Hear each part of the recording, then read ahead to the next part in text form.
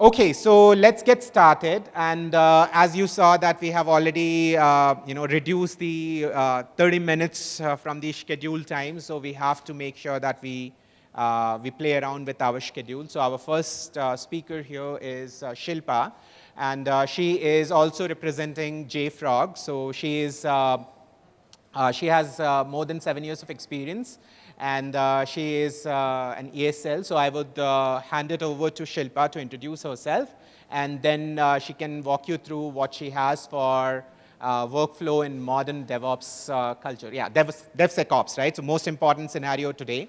So let's hear from Shilpa. So here's a mic. If you want, you can also get the caller mic. No, this is fine. Thank you, Biplab. Hi, everyone. Thanks for being here. It's great to have you all in JFrog office right now. And I'll try to cover it quicker since we have 20 minutes to cover the PPT. So I'll start with DevSecOps workflow in modern DevOps culture. So before I start, let me introduce myself first. I am Shilpa Kallaganad. I am an enterprise solution lead. If you want to know what that is, you can come to me and we can have more discussion on that for sure. And I'm working in JFrog from past 2.5 years. And as Biplab mentioned, I have experience of 7.5 years totally. And before I start, how many of you are aware of what DevSecOps is? Great. Do any one of you want to say a few words about it? Like, what's your understanding on it?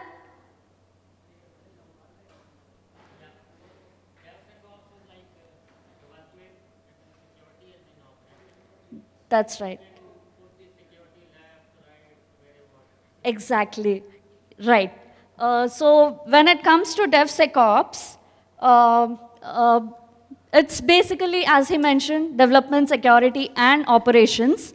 So I'll be covering these agendas in DevSecOps. Basically, what is DevSecOps? What's the need of having DevSecOps in your life cycle? And what are the market highlights currently?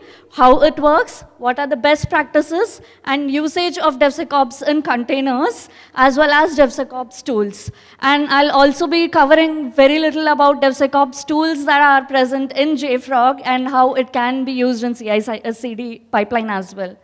So beginning with what is DevSecOps? As mentioned earlier, it basically means development, security, and operations. So it's more like an approach to culture, automation, and platform design, which basically means that everybody who's working in your company, starting from a code level to a monitoring level, all the phases of DevOps should be actually responsible for security, right? The one who codes, the one who monitors, the one who deploys, releases, and code reviews, and all those processes which are usually done in DevOps culture should be maintained, and all the security measures should be taken in all these stages of DevOps, right? So as mentioned, the application and infrastructure should be secure from the beginning, which is the code level till the production where your code is being deployed or released. And as mentioned, it also means automating some security gates where you have process in place and where you know what you're supposed to do and what you're not supposed to do, right? What kind of vulnerabilities are you allowed to use? What kind of dependencies are safe for your environment? What kind of issues are being noted and take an informed decision of allowing those issues in your environment if there are no major attacks via those vulnerable artifacts or Docker layers in general. And if in case such process is there where you know what you're doing and what kind of code is being processed, that should be maintained with DevSecOps, right? So that covers what is DevSecOps. And next is what is the need of having DevSecOps. I have mentioned most of it, but do anyone want to mention what are the needs and how DevSecOps is actually maintained in their environment currently?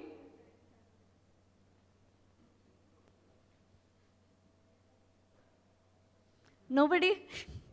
I had few hands up who said DevSecOps is there in their company. So few words, how it is actually implemented.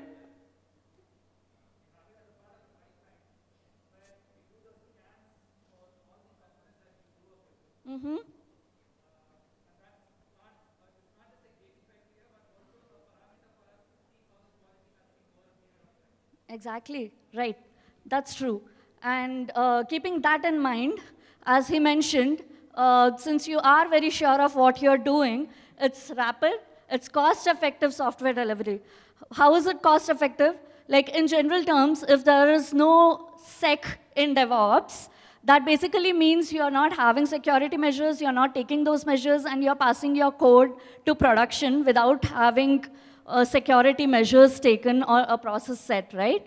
So in that case, a vulnerable code can be deployed in prod, and when you're monitoring there, for sure security tools are there in monitoring, like in monitoring phase or the production phase, right? So in that stage, mostly people will find vulnerable tools, vulnerabilities or maybe access issues or attacks being noted in their logs. So in that case, having issues fixed in production takes more effort. It actually, has cost effect in that terms. So having DevOps from the beginning actually is a rapid and cost-effective software delivery in that manner. And as mentioned, it's improved and proactive security. So since you are having DevOps or DevSecOps security measures from the beginning, right? From the IDE level to the last level. So every phase you will be actually improving the performance since you will not have any delays as such, right? So that is the improved and proactive security. That basically means you are making sure that you're not sending something wrong to the production. So that's the second point. Third is repeatable and adaptive process. As I mentioned, like you will be sure about what you're sending, so you will be sure of reusing the code which you are currently having in your environment, right? So reusability comes, and in case if you have multiple projects in your organization, multiple projects can make use of a part of your code or a part of your output, like build output, for example, artifact. So if you have an artifact, maybe another team can make use of that artifact in their environment as well, right? So that is basically repeatable and adaptive process. Next comes avoids damage on both customer system and company reputation. I have an example for this, but can somebody say how company reputation can affect?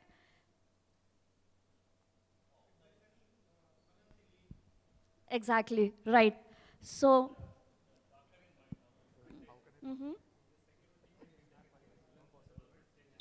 exactly. True. Exactly. So shift left, that's the one thing, right? As he mentioned, shift left, that's the right thing. Similar to what you mentioned. So avoids damages and when it comes to company reputation, I think you all might be quite aware what happened with Log4j, right? Most of you are aware. I can see so many smiling faces, so many struggles, I think, right? So when it comes to Log4j, there was like a lot of issues. And yes, to my company, Artifactory did not use Log4j at all. And we were quite happy about it. So we had so many tickets, so many customers reaching out via phone calls, via mails, who were actually very worried, right? So we were quite sure of not using Log4j, so we did not have any reputation risk as such. We did give confidence to our developers or our customers, saying that we are not using Log4j, so you're safe to use our product. You don't have to think about using another product, or we did not have any issues in releasing patches like quicker. Like Log4j was the most critical issue that I have seen in the recent years. So we did not have that much effort in resolving issues on our side, or letting our customers know that using our products is safe. So that is one of the positive measures of having security in your environment, which is handling company reputation. Okay? Then next, the better return on investment. What does that mean? Usually you'll have security tools, right? Even security tools have been in place from many years, but it was mostly concentrated on the later stage, maybe on the QA side or the production side. So now, since we are doing a shift left, we are actually starting from the beginning. Every individual who is contributing towards a project has to take authority, or they should be responsible about what they're sending. So they should be doing scan, they should be aware of what they're using, they should be having process in mind, and even have reviews internally and then push. So in that case, the security tools which were used only in production are now being used in IDE level as well, like from the code to the last section of our release. So that basically means a better return on investment. So next, I'll move ahead with that in mind, what are market highlights. One thing is, since 2001 to 2029, it's estimated that the current cover of DevSecOps on North America is 33, so it's the major market. So it's estimated that the 33% will exponentially increase in coming years, right? So that keeping in mind, it's mostly concentrated on DevSecOps, which is security measures to be considered in every level of your life cycle. And also, I did notice that there was a breach level index report estimated, which actually calculates from beginning of 2013 till now, what were the breaches that had incurred till now. And it was around 10 billion records which were breached. And the cost estimation was around 3.8 million, which is huge right now, right? 3.8 million is huge for a company, right? And then when you consider about who is currently using, it's usually banking and finances. They are making sure that they have process in all the stages, but IT is catching up. IT is in second place right now, and we are increasing exponentially, as I mentioned earlier. Moving ahead, how does DevSecOps work? Does anyone want to give some points here, like how is it present in your company, apart from what was mentioned, that is at the code level, they are scanning vulnerabilities, right? That was the first phase. I would say that is the second phase, but still, is there anything else that your company is currently doing which you would like to share?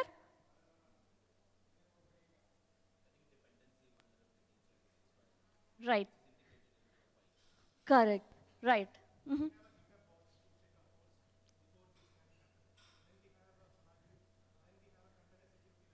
Mm-hmm.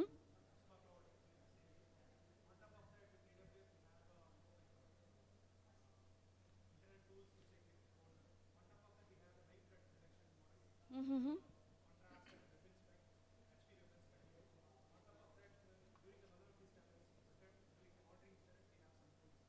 Great, that's great. It covers most of the phases, right? That's a very good example. So when it comes to DevSecOps, you guys might be very aware of this infinity loop, right? You might have been seeing this from years. So, right, infinity loop comes when you're implementing DevOps, but security comes throughout the infinity loop. So starting from the planning phase, you'll have policies set. You should be very sure about what kind of vulnerabilities should be sent, what kind of access should be set. You should have a process in place who will be using what and when, and how will they be sending their code out. If there are networks in your environment which are interacting, for example, microservices if you have in your application, and they are interacting via the network, be sure about what policies you're setting there as well. So that's the planning phase where you are setting your threat model policies. So you'll be very sure about what kind of issues might occur in future, and you are setting policies and a process in place, and you'll have collaborations as well between two teams to have this process in place, okay? So that was the threat model policies. Second is static analysis, which was mentioned earlier, where you are doing your own scanning on your IDE, and you are trying to find vulnerabilities in your in your code itself. Then comes code review, which is basically the code review process that you might already have in DevOps, where once a code is sent, it is reviewed by somebody. Either it is automated or it is manual. And once the review is done, it is approved, and then the build triggers. So during build, there can be a phase where you're scanning your build output. You can have that as well. But there is penetration test, which is quite important, where you will be finding out what kind of attacks can occur because of your application, right? Once you have done, and once you have your application or your artifact in place, what kind of attacks can happen? So that is basically penetration test. Then again comes compliance validation, which is the threat model policies which you had set in the first phase. Is it still valid? Are people actually adhering to it or not? Comes in this phase. Okay? So once that is done, it again goes to logging, auditing, which is understanding if your application is running correctly or not, what kind of output are you getting from it, and how is it not, how well is it working, and if it is not being affected by anything else or attack as well. So that is this next phase, which comes after release and during deployment. So once that is done, threat intelligence. Threat intelligence is mostly cyber attacks, which are generally called ethical hacking. So that is also something which you can do, and you can make sure that your product is very strong before moving it, right? So that comes in threat intelligence, and then there is monitoring, which covers detect, response, and recover. I think that will be covered in Lakshmi's presentation soon, but in general, you might be very aware of how monitoring works. You'll have multiple aspects in place, which you will be looking into and understanding what is happening in each of those places, and if there are any issues which are detected, you should be sure of sending a response, which basically means you should be sure of adding multiple teams which are there who are responsible for it. You should take everything into account and collaborate with multiple teams and decide on what should be the recovery step, right? So that is the basic monitoring and detection phase, which again comes another side of monitoring, which will again be covered in Lakshmi's presentation. However, it is the generic log monitoring, or like using Splunk, which basically gives you a log details. And once that is done, if you are having vulnerabilities or if you detect anything, the loop again continues similar to how DevOps works. So in every phase, you'll have some security models which you can make use of. Going ahead, what's best practice?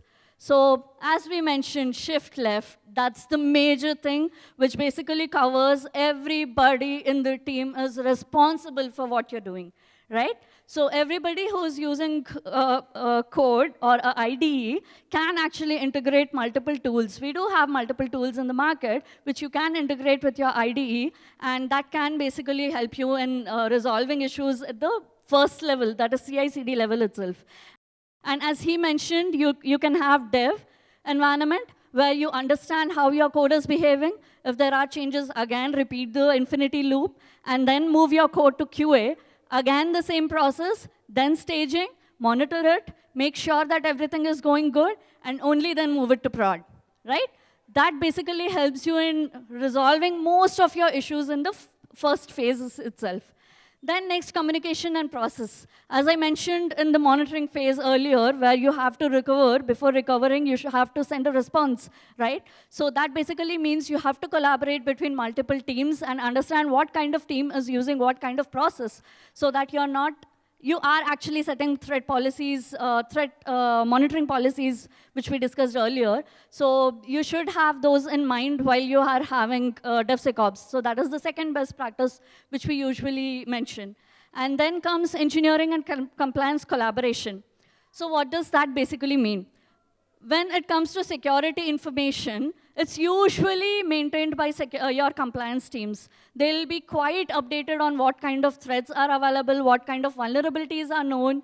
So those teams will be there for sure, but how will an engineer know what kind of process he should maintain, right? As I mentioned earlier, you'll be setting off the process, so that comes into picture here, where your engineer should be aware of what kind of vulnerabilities they have to keep and what kind of vulnerabilities they can lose, what kind of access they really need and what kind of access they can lose. So all that comes in this collaboration, which is the third point, where security teams keeps the engineering teams aware of what they are supposed to use. And then comes solid monitoring system, which basically means be aware of what is happening once you are done with your application. Once you have it in place, be sure of having monitoring in all the phases of dev, QA, testing, and any other phase that you have, and production as well, so that you are on top of your toes to resolve any issues that are coming into picture. And then comes access control method. I'll not go in depth with it because it'll take a lot of time, but in general, as I mentioned, you should know whom you are supposed to give only read permission, whom you are supposed to give read and write permission, or execute, deploy, override, delete. What kind of permission are you giving to which user can be handled there? service accounts, which are majorly used. There are issues with service account where one service account might be having all managed permission throughout the application, which might not be needed, right? So that kind of access control can be done here.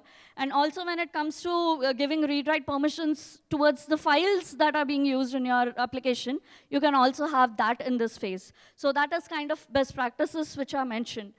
And usage of security features in container. So since most of you are using Docker, do you want to talk about something here? Are there any points that you would like to mention? How do you have DevSecOps in your environment when it comes to container? Mm-hmm. Layer by layer. So from the OS level till the layers on top of the OS, like how we are building our code until the end. So we have the container images scanned.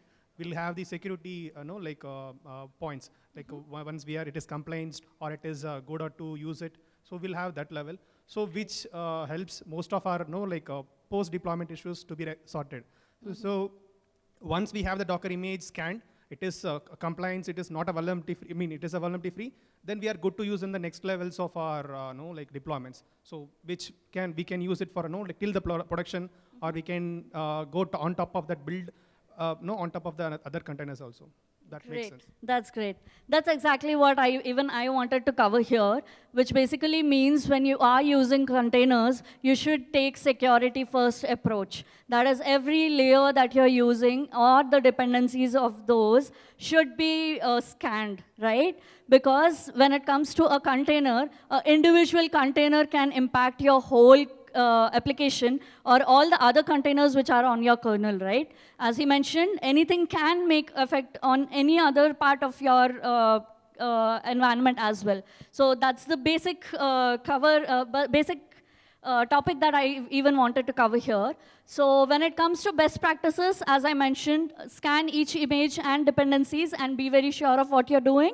And build modular container images, which basically means make sure that each container can be replaced at any time, right? If there are any issues in one container, you should be able to replace it at any given time. You should make sure that your environment is set such way. And then adopt control policies for images, which is, again, make sure of what you're using and who is using what, and be sure of having process in place. And then secure inter-container communication. So if you have multiple containers in place and you are communicating via a network, there is a threat via the network as well. So make sure that the networks which you have when you're having intercommunication between containers is also very secure. So these are the basic best practices. There are way more than this, but I just wanted to cover the basics so that, basics of DevSecOps, which is the main point of having containers in place. Then comes DevSecOps tools. So I did cover most of the DevOps tools and DevSecOps tools. And we have multiple security tools which can be used in every phase, which I have mostly covered here. But are there any tools which you would like to mention which might not be here?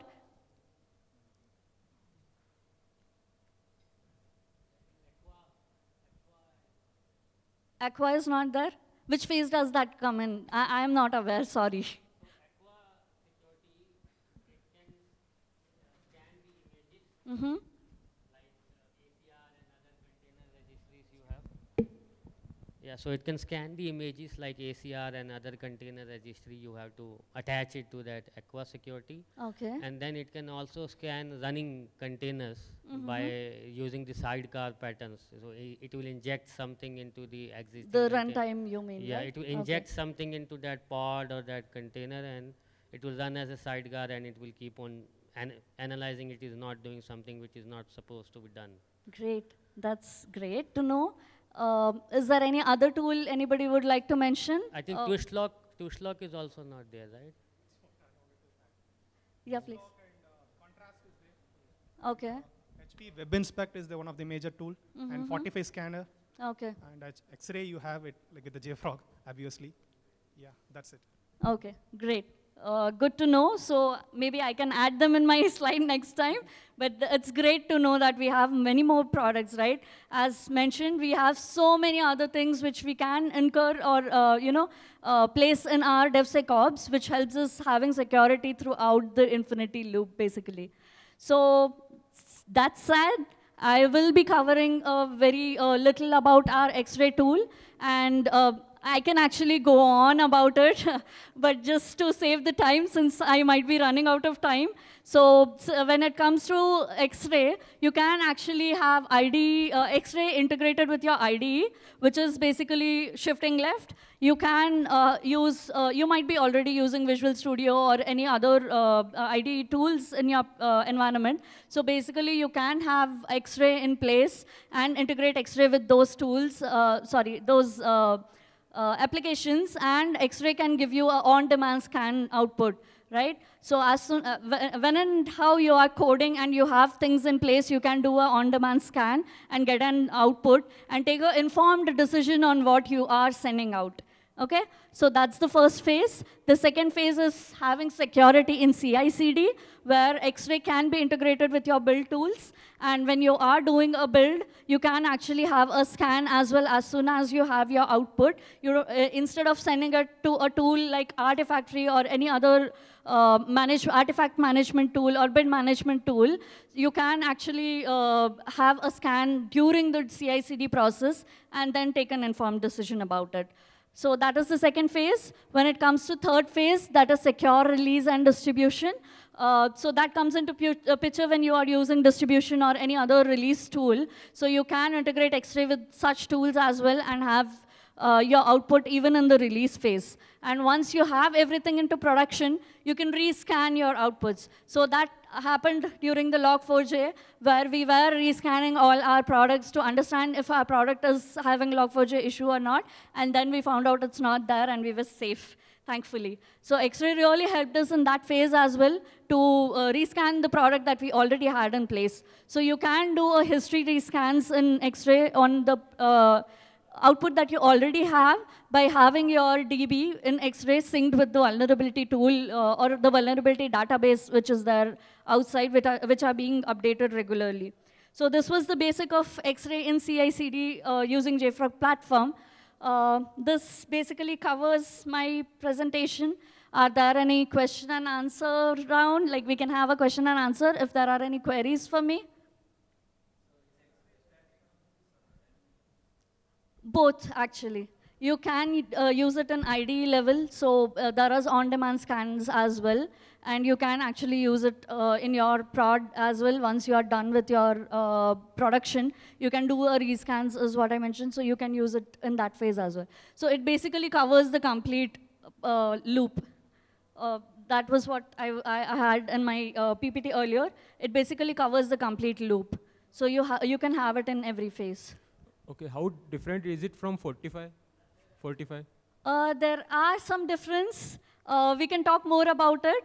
But in general, X-ray majorly covers most of the vulnerabilities, and it actually gives you reports as well. But yeah, I can talk about it later with you one-on-one. Okay, can it be automated to give me the report with every PR, every pull request? So can it be run on the Delta, or does it run on the whole source code base? It can be on the source code on demand. It can be in that phase. It can be automated as well.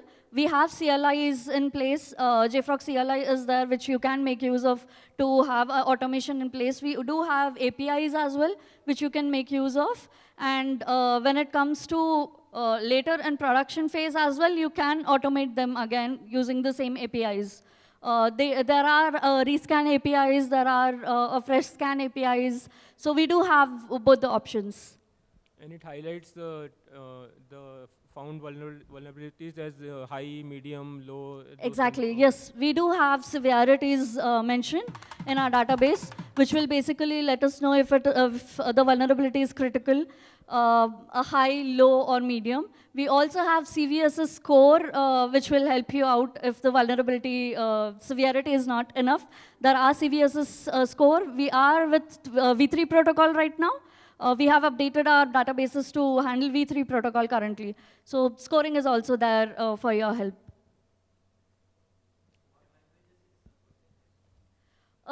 We do have list of languages. There are, I can share you the wiki for sure. We do have long list actually. So I'll share it with you. You can drop me your email or I can take it offline and I can share it with you. So we do have a lot of JFrog folks here. So if you have any questions with respect to X-ray functionality or artifact functionality, we have folks wearing the JFrog t-shirts. They will be able to help you with any questions for sure. Thank you, Lakshmi. And yeah, you can have my contact information. You can reach out to me if you have more queries. Since we are running out of time, we'll take it offline, guys. Thank you so much. Thanks all. First of all, thank you so much for coming on Saturday. I know it's like, it has been after a long time. The last meetup which we did was in SAP Labs way back during Feb 2020. And it's really exciting to see. Thanks to all of you for your time. So today we have a lot of talks around DevOps, DevSecOps, and I was thinking like, it has been 2 years now. There are a lot of changes which happened in Docker space, and definitely you might not be hearing more about Docker because Docker is already there. So now it was like during 2018 and 19, we were thinking about how to integrate Docker into your tech stack. Right now it is already there. If you are running a serverless platform, it's already there. So, but let's talk about how this company is doing. And I got a privilege to work very closely. So right now I am part of the team which leads the community. So last year I helped them in leading the community. Right now I'm also helping in terms of content. So whatever you see in blog.docker.com is something which I am creating a roadmap for them. So it's just based on an interest which I am doing, because it has been like, I started contributing since 2015. And I feel like there is a lot of potential around it. So let's talk about the current state of Docker and see like what's new which is coming in, and see like what has Docker gone through, right, in the last 2 years. A little about myself. I am author at collabnix.com. So this is my personal website where I get around 13 to 14 million hits per year. There are a lot of content. Every week I write content, and I have been writing content since 2014 or 15 around Docker. I am also a Docker captain. So Docker captains, there are right now around 45 Docker captains, and these are the individuals who are not Docker employee, but they are like an influencers and who try to talk about the new stuff around Docker, what is the new thing which is coming around it. I'm also a Docker community leader. I'm an ARM innovator. So it has been 2 years back. So I work very closely with ARM and try to implement few of the applications for them. So it is all about the community effort which gets into it. My full-time job is with Redis. I joined Redis around 2 years back. I joined as a solution architect, then I moved to the marketing, then developer relations, and right now I am the growth manager. And whatever you see on developer.redis.com, there are around 200 tutorials. That is primarily I started building from the scratch, because Redis is a kind of a developer tool, and they were really lagging behind. Even though the product is robust, but they were lagging behind in the developer community, and that is what I am helping them with. I worked in Dell EMC in the past for 8 years, and then VMware for 1.5 years, and then CGI for 2.5 years. Okay, so the agenda looks a little exhaustive, but I will try to finish it off in next 20-25 minutes. So I will talk about Docker momentum. So you might have queries around like who is using Docker right now, and whether it is targeted for DevOps or it is DevSecOps or developers and all those things. Then I will talk about product and services. This is really important. You should know like what Docker product and what this company is doing right now. Ever since Docker Enterprise was acquired by Mirantis around 2 years back, there has been a lot of changes which has happened, the new products and the features and subscriptions. So we are going to talk about it. So Docker Desktop for Mac, Windows. Anyone who tried Docker Desktop for Linux? No? Okay, so let's see. I have few of the slides for that. Docker Hub, everyone is aware of Docker Hub. Okay, so we are going to play a short quiz when I am talking about Docker Hub. Docker developer tools, DIY is like Docker engine versus Docker desktop. Okay, so I am not here to market the Docker product, but it is more like I will make you aware of like what is happening in terms of engine and the Docker desktop. And then I am going to talk about the Docker community, how it is growing. So let's get started. The first thing is, if you go to docker.com, you will see like there is one change which happened in last 2 years. Lot of places you will see developers, okay? And the reason is, Docker as a company is moving towards developer. We, as a Docker, we already have been using, DevOps tools, Docker as a DevOps tools, but you will see that Docker is now focusing more on developing the developer tools itself, okay? So that is why the definition which we used to call, it's like 2 years back, if you ask me, the definition was Docker is an open platform which helps you to build, ship, and run. And right now the definition is Docker is a suite of software development tools, okay? And I will tell you like how the landscape look like. But do remember that now Docker is majorly focusing, whatever the new releases which comes today or tomorrow, it is mainly based on developers. So how many developers are there here? Oh, a lot of good numbers. So you guys are going to enjoy it. So if you see this is like this screenshot which I have taken from the docker.com, and you will see number of places they have development or developer written, okay? Now this is even in when the Scott Johnson, who is like who is the CEO of Docker, right? So whenever he presents the slide, the first thing he talks about, okay, how many new developers? 15 million plus new developers, okay? Earlier it was like we were talking more on DevOps side. 12.5 million application on Docker Hub, okay? And these applications are basically in the form of Docker Compose. So if you go to github.com and search for Docker Compose, you will see this number, okay? So if you really want to know which company is using Docker and how many developers are using Docker, GitHub is your search engine. Just go there and you will get ample amount of projects. Even if you are doing say you are in a university and you are doing the project, that is a place to be, okay? And then look at the monthly pulls. So this is the latest data, okay? So this slides has been verified by Docker itself, one of the Docker employee. 14 billion plus. 14 billion monthly images. So you can just imagine like Docker is being used, it's just that it has been abstracted. You just like you switch on the fan and fan works, right? You don't know what is happening internally. So that is the thing, 14 billion plus. And then you have 55% of it. So this is again some of the stats. So to give you like one slide overview of where is Docker today. So if you think like Docker is Docker desktop only, that is wrong. So these are basically the offering. If you look at the SaaS platform, it is a Docker Hub. Docker Hub, so the thing is, since 2013 till 2017, Docker was more like an open platform, right? Now, every open source project, if you see, at one point of time, it has to monetize because you need to pay your employee, okay? So Docker is only charging you around $7, okay, per month.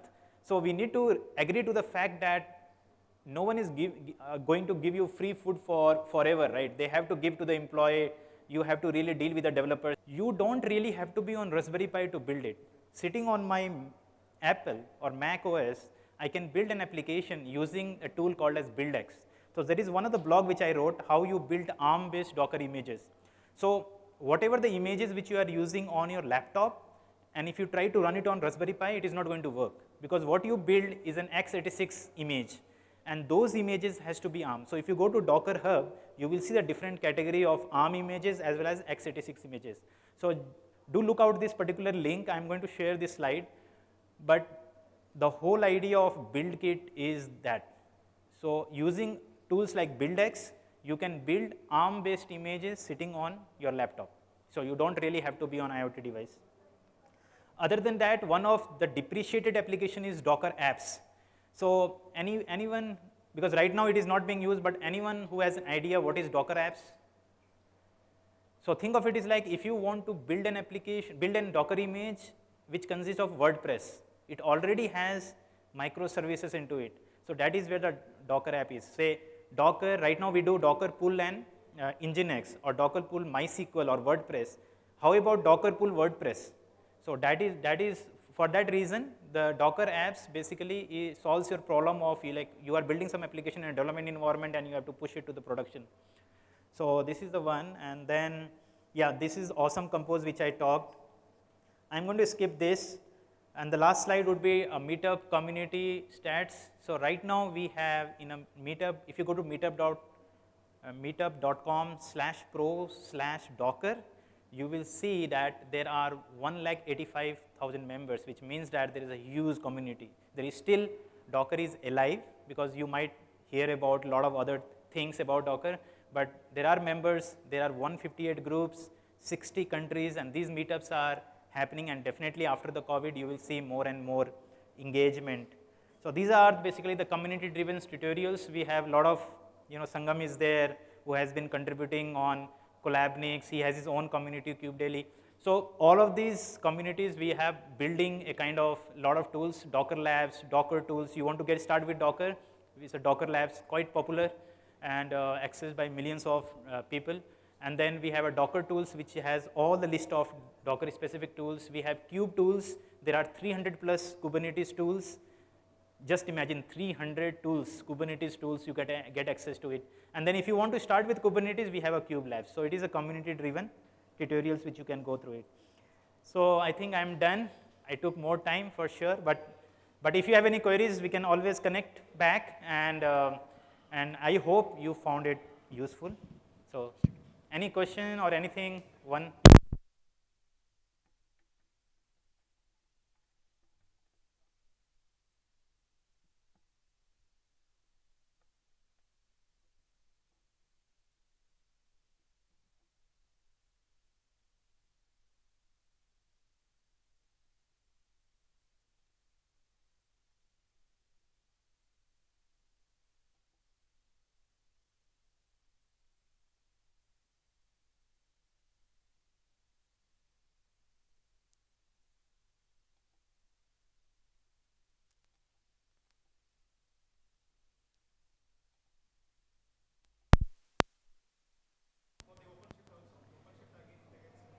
OpenShift, I am not much aware of OpenShift, but I think overall Kubernetes, if you see, Containerd should be the one.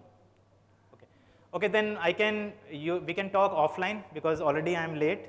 So thank you so much for having me here. Yep. So we have seen one of the first session on DevSecOps, and I think it's the right time to discuss about Kubernetes security right now. People, you see a lot of misconfigurations, a lot of things happening in this space, in container space.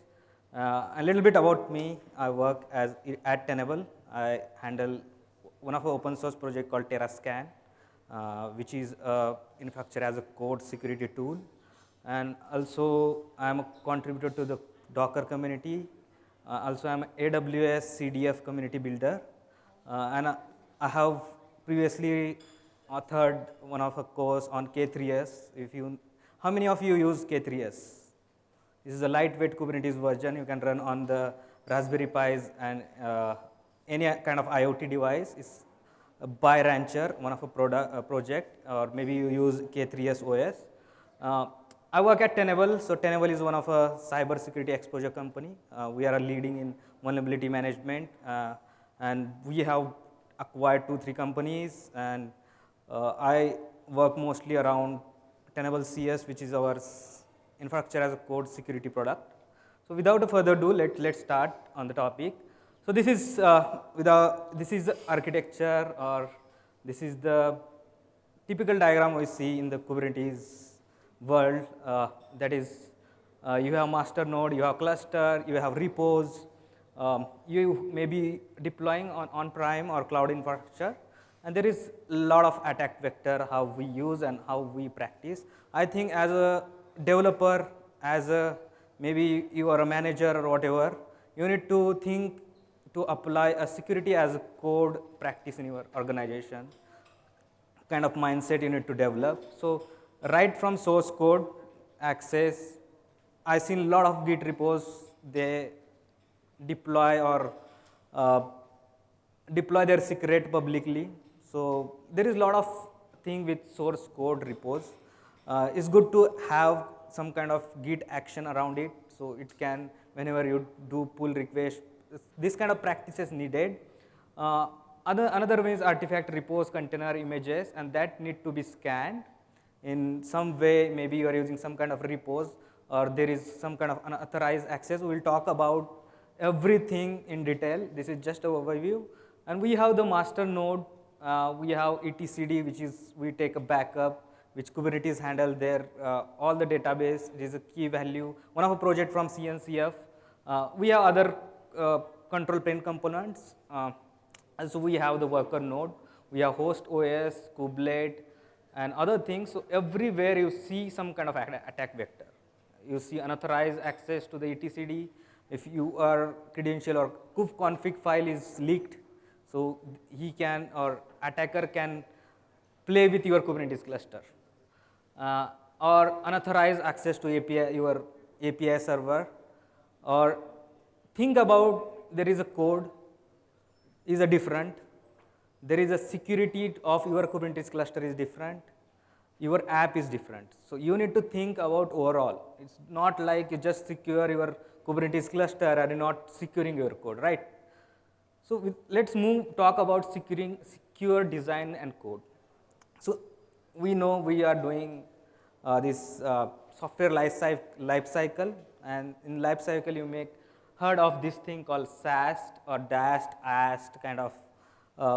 Now we all do a DevOps thing, but there are a lot of things missing component from DevOps pipeline. That is this thing, static analysis, dynamic analysis. So write secure code in first place and do a review kind of things with your coders or your tester. There are a lot of tools available in the market to check your test cases and so many things. You can use that.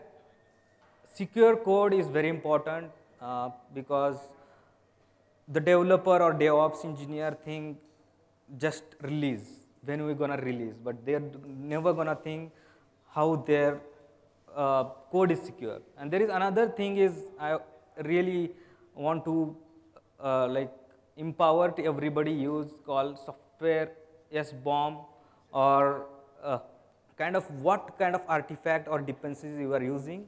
It's good to have the report of that.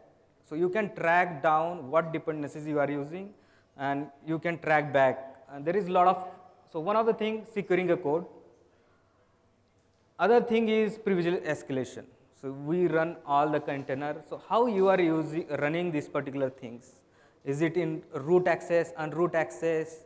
So you need to think each command, and you need to check your privileges of your system. So without thinking, we commit some time. So there is another thing is minimum privilege. It's good to have the minimum privilege. No matter you are using Docker file, create a user inside your Docker file. It's kind of follow some kind of Docker good practices. And some people run a container as a root. And most of the application don't necessarily need a does not need a root access. Now we pull images certainly every time there is a drift. And you need to scan every time, you need to detect every time. So you can do image scanning, maybe that secret scanning, any malware, any security vulnerabilities. There is something called image signing. This is very important. Now in the Docker itself use a TUF, or the modern version of that is the CNCF project called Notary. So Docker desktop or Docker whatever the Docker product you use, it's integrated with Notary. So one of the interesting project I come across is SignStore. This is one of from OpenSSF. So SignStore is one of a project is allow you to sign your images. So it's give you the kind of guarantee, or you can track back who you developed that thing and fix that thing, those issues. So signing images, because Docker itself or Docker Hub itself don't give this kind of features of signing images, or so it does not sure if you sign your image, it does not mean your image is secure, but still you need to do a practice. There is another thing is, one of the thing is we build, author build image or any kind of context, we deploy this thing. We think, okay, this is kind of very easy, I just build and push. But is it right image? Is it, you see two things, maybe there is fraud and error, and you may enjoy sometime as a developer building and deploying just new releases. So there is different phases, continuous integration, continuous delivery, and continuous deployment. So each phases you need to do kind of testing every build, reiterating this cycle again and again. Another thing is use the hash value. So if you go to your Docker image, so we basically as human readable, we use Nginx latest tags. So there is something called hash value. So if you need a unique kind of identification of your image, so use hash value, and you can use into your Kubernetes deployment, and you can use the latest also if you are don't want to give tagging or you want latest feature. So you can use the latest also, but it's better to use kind of hash values also. So another thing, let's moving, this is like I spoke about container security. Now we talk little bit talk about securing host and container, whatever the environment you have.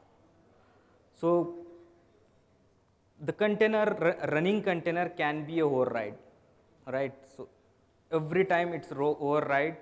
So there is one example you see here. In Docker file, if you run a Docker run -- as a user, and you can run, you can give as a root user, and now you can override that commands, right? Another thing is running a container as a root, one other thing, and another thing is privileged containers. So we give a privileged access. If you are IoT user, so most of the IoT user use this privileged access to gain some of the features of the Linux, to access some of the IoT things. So not everybody need to use this privileged access, but it's don't use the privileged access is like allowing your container to access your operating system or host. So don't use privileged thing, and there is a lot of flags. If you go to the run C, this is one of a container specification. No matter what container thing you use, Docker or whatever the other things, so everybody has flags. So if you see here, so privilege mode in the sense it's enabling. So if you see here, so if you give a privileged mode, it will give a capabilities access to all these flags from run C. And this is one of the critical issue for the container or orchestration or the host.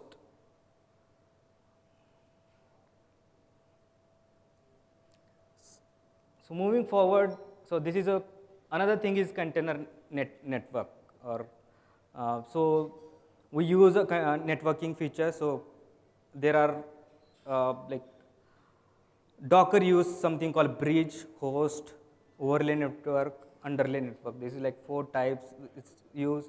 If you see here, we have the host access, and we have the bridge network, which is virtualized. Now host is common here.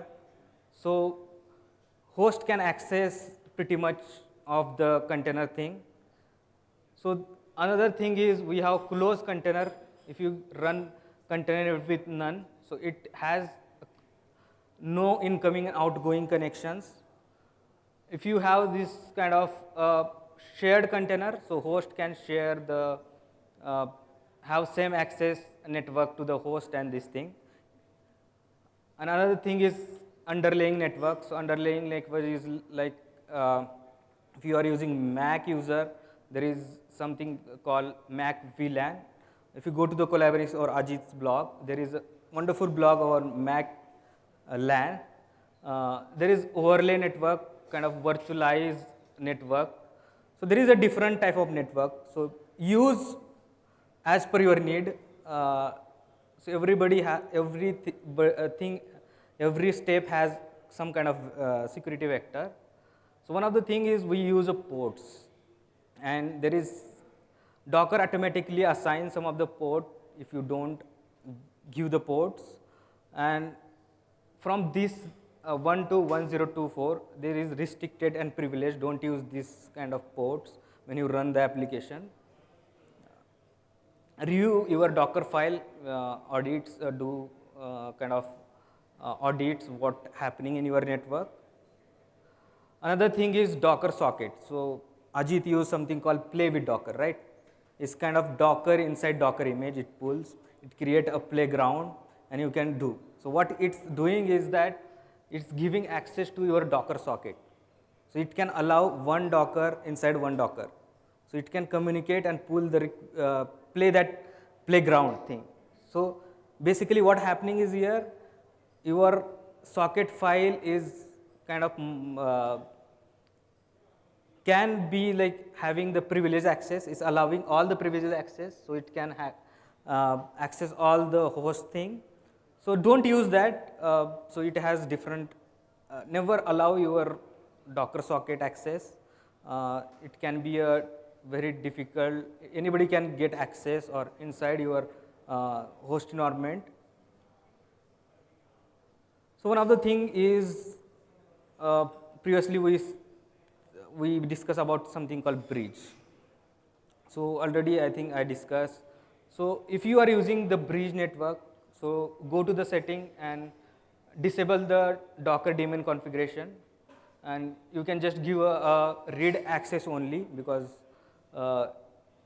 it has a host and same host on the container. And if you wanna use this bridge network attached to only the which container you want to communicate with, you attach this particular bridge network to that container only. So if you see, most of the people use something called their VM or host. They use non-containerized application and containerized application in same place. So don't you do that, create a different VM, put your non-containerized different and your containerized application in different VM. So there is a different kind of, if you use this one, there is new like anybody, this is fraud and detection. It can be a kind of port mapping issue also there if you run your non-container and container things. And another thing is configuration drift. We do if one misconfiguration can lead or leak your kind of data, so it can be a critical for your business values. So moving forward, use whatever the OS operating system, standardized operating system or security hardened operating system which is secure kind of thing. So that's, I think, and don't allow the read access to your host file system. You can give only read. Moving forward to the security of application side, in the application, there is two sides. One of the security in the Kubernetes, security of a Kubernetes. In the security in a Kubernetes, isolated among pods, maybe you are using access control, that is authorization, authentication, or admission controller you are using, or maybe a pod networking, or maybe secrets. Security of Kubernetes is misconfiguration or communication among the Kubernetes components, or granting somewhere the privileged access to access manager, or the scope of the vector. Maybe it's a namespace, maybe a cluster. So this is we start with the scope. If you see, this is a small diagram. We have pods, we have container, we have node. The collection of node we call a cluster. Inside a cluster we have namespaces, every namespace, and inside that we have different container or nodes. So let's start with access management. So when you do kubectl, make sure that whatever the request is coming, ask who is the access, from where the access is coming, what kind of action need to perform, and is there any security compliances applied or not. So it's come with 3 plugins. One is authentication, authorization, and admission controller. And then your Kubernetes cluster will allow those things. So let's start with the authentication method. So there are kind of 3 authentication method. One is static authentication or using tokens. Another is X509 client certificate. And there is a bunch of other things. So let's start with the static authentication. It's just like a kind of a token file. It's a kind of key value which is encoded by base 64. So one of with the token file is you need to change that token every time, right? We have another thing called X50 client certificate, which is kind of CA certificate, which kind of communicate with your API server. If everything is correct, then your application get deployed. Another thing is we have something called OpenID. So every kind of methodology has different authentication or verification who is doing what. So we will see one of the example of, I think, one of the example of OpenID. So here is one of an example, identity provider. So identity provider may be your user, or maybe your kind of user get login and it get one kind of token, and that token passed to the kubectl, and then kubectl send that token to the API server, and API server verify that token is correct or not. There is one of the open source project called Keycloak and Dex. You can use and integrate and generate this token. One of the issue with X509 client certificate, you need to give some kind of interval time to refresh or regenerate those certificates. And we'll move to the service accounts. Now in service accounts, every pod has some kind of service account. And service account allow control which resource pod can access, basically. So you can create a service account like this using kubectl command. Kubectl create service account, whatever the service account name, and whatever the pod you have, you can specify the service account name. And service account name is always located in that location where/run secret kubernetes.io security account. There is, you get a token, and that token is base 64 encoded. So you can use that, and there is moving to authorization part. So when request come, so it use something called verbs in the Kubernetes. So like it's create, update, delete, or get. What kind of permission it has, or it can allow. Let's assume like you have A, B, C, 3 kind of user, and A user has only get permission, B user has kind of get and create permission. So you can basically allow the permission to the user or the service accounts to what to do. So you can give a specific permission to the user who is going to do what. If you allow the access control to everybody, it might lead to the some of the vulnerability or misconfiguration issues. If you see in this scenario, subject is your maybe service accounts, your user or user groups, and you can use a kind of something called cluster role binding or bindings in the Kubernetes. You can bind those roles to your namespaces or cluster resources, basically. So you can use this kind of thing and allow those permissions. Moving forward, you can leverage this thing with another feature called admission controller. And there is something new, admission controller is coming in the next feature of the Kubernetes, which is pod security admission controller. So this is like around so many admission controller you can use, restrict some of your resources. You can specify the quota, how much resource you want for this thing. You can allow this plugin using Kube API server, enable your admission plugins. I think some of the plugins are deprecated in the new versions. So this is the typically when you install, this is the plugins, admission controller, some of the feature, it's automatically enabled. So this many is automatically enabled. And you can create own admission controllers, and you can validate whatever the request coming, allow certain permission. One of the cool thing with admission controller, if you familiar with Rego language, you can write a security policies, and you can have the admission control webhook, which can scan your whatever the best practices or security practices for your Kubernetes manifest, and you can scan those, and it can tell you what vulnerabilities is detected. So there is two things is very important. One is security context and security policies, and I will just go fastly with these two topics directly. So always we have discussed something about like privileged things, right? You can use that privileged thing in Kubernetes itself.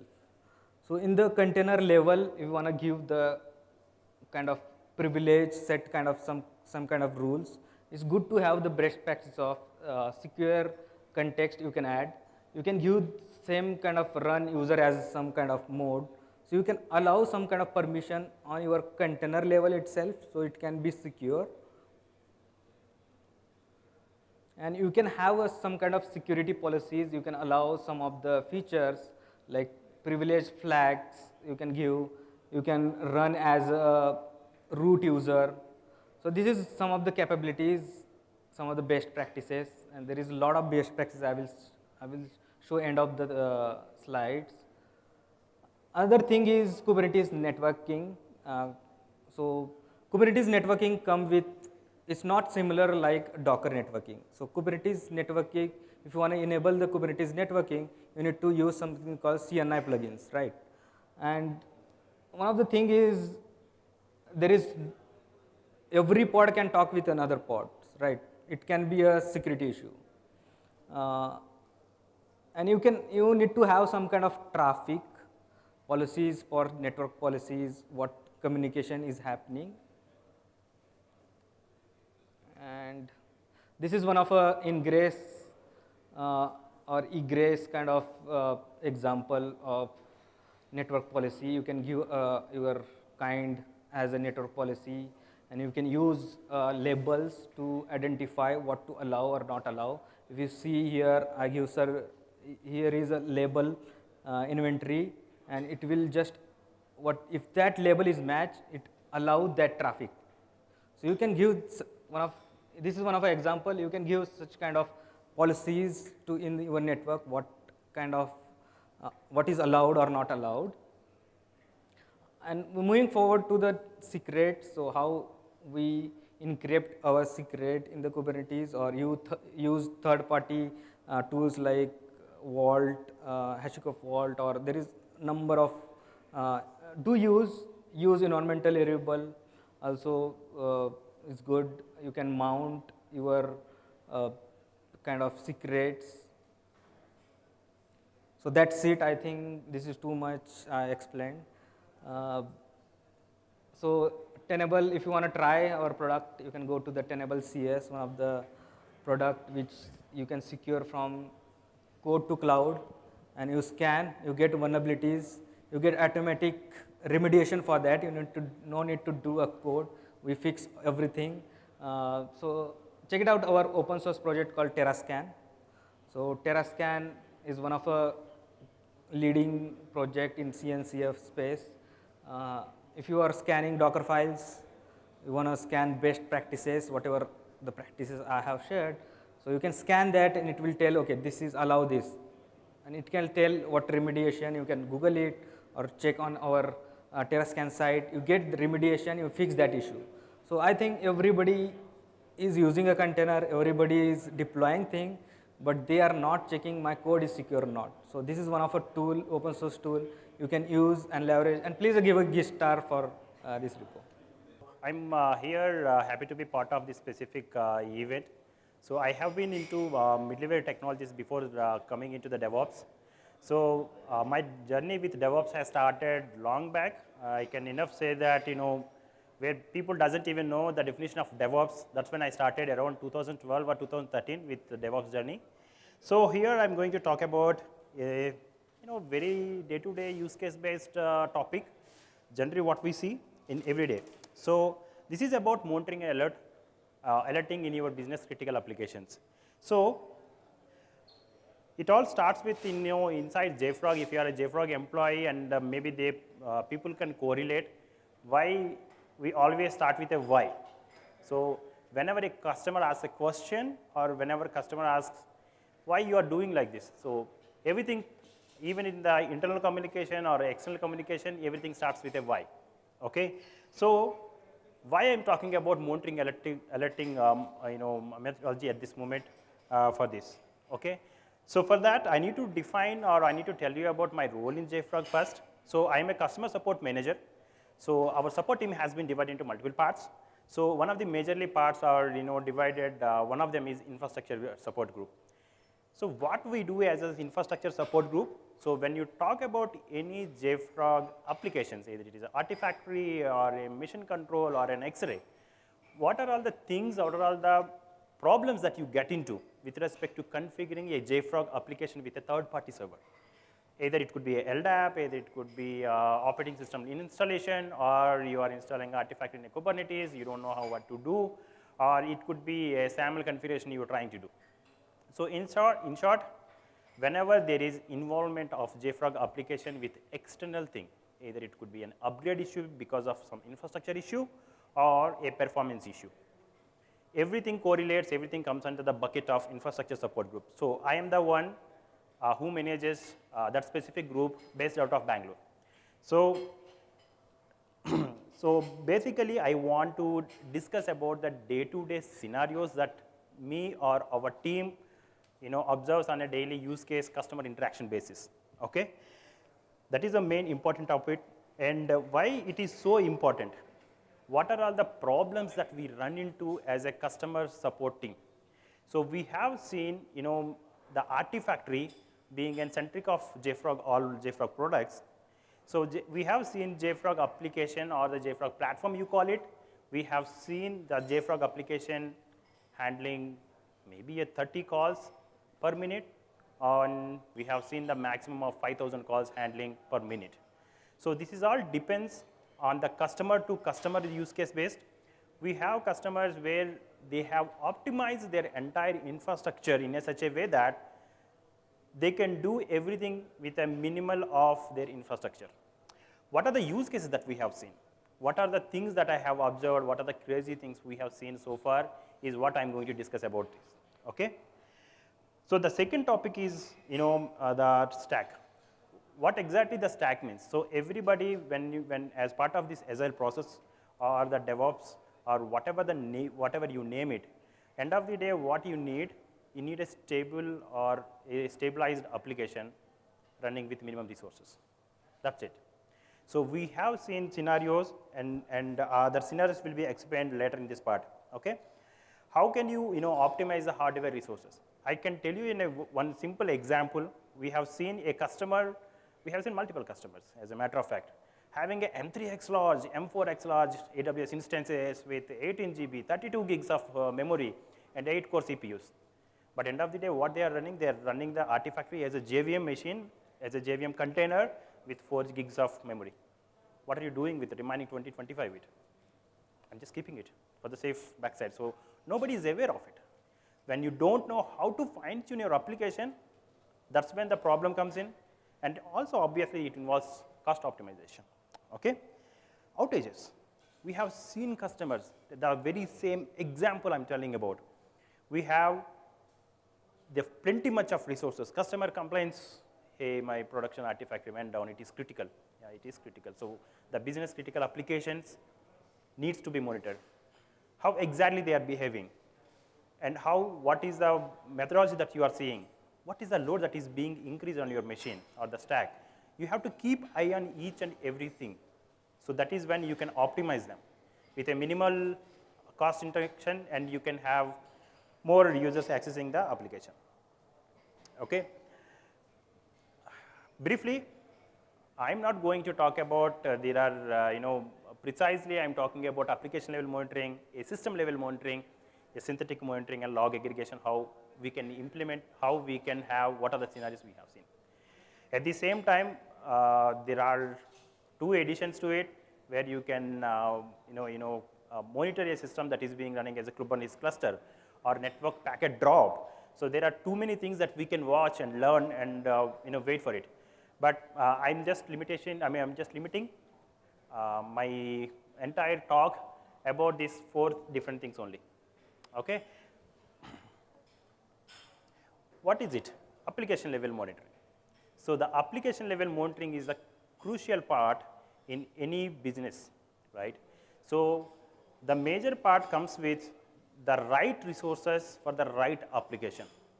Either you install an application as a container, or you install an application as a Kubernetes cluster. Application healthy is the entire container healthy or the cluster healthy. Or if your application is dependent on something else, if it is part of your Jenkins pipelines, it's not that you are bringing down one application. You are bringing down, you are minimizing, or you are wasting entire developers' times, fewer times.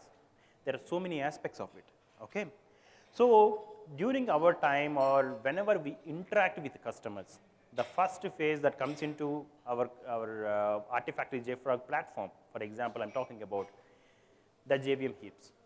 So everybody, every container, every customer thinks that whenever they are having a tight infrastructure or a very upscaled host machine running an application, a very high scale host machine doesn't solve the issues. Okay. So we have seen the number of applications that is being hosted on a separate a host or a container or anything depends on how the resources being utilized. The maximum number of things that we have seen is with respect to the connections. So when you take an example of a JVM container, the JVM container can host multiple things, and at the same time, the number of application heaps is the one that I want to talk a little more about. So with any kind of monitoring tool, such as New Relic or a Datadog, what these specific applications do is they keep a specific eye on the heap sizes. At the same time, the long-running queries, whether if you are having an application server, and if you are opening an application server to host or to accept more number of connections, for example. So what you are doing is you are opening a flood of requests to the application server, but at the same time, you are not monitoring or watching what the database is doing in the backend. So which can do a bottleneck, which can put more pressure on the database.